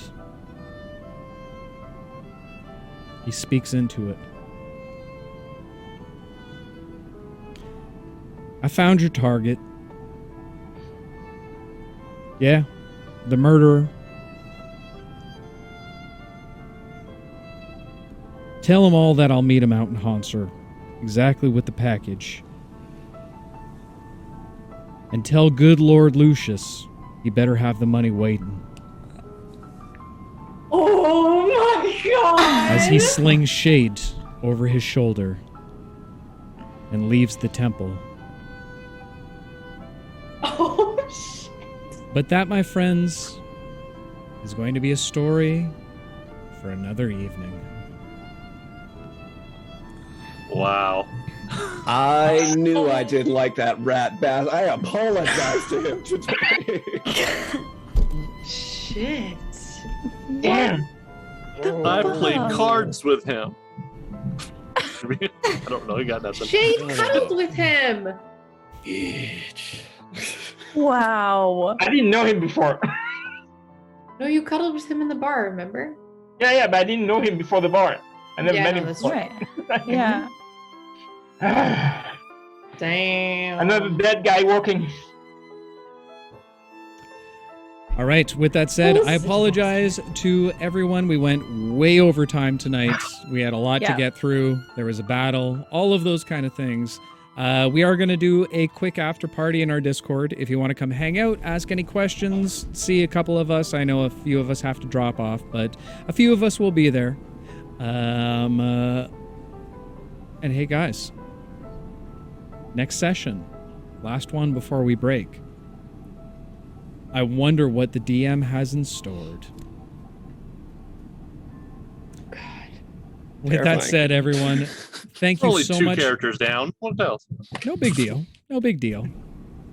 With that said, thank you so much for joining us this evening. I hope you enjoyed yourself. If you did, consider giving us a follow because, hey, it's free and it's super fun and we really appreciate it and it helps us along the way. But until the next time I see you, adventurers, I beg of you all, whether fighting against a scorpion mother, or whether second-guessing the companions that you're with, I beg of you all, one word of caution. Be careful out there. You can trip. Guys, hang out for the raid. We're going to go check out our good friends over at Blackwater.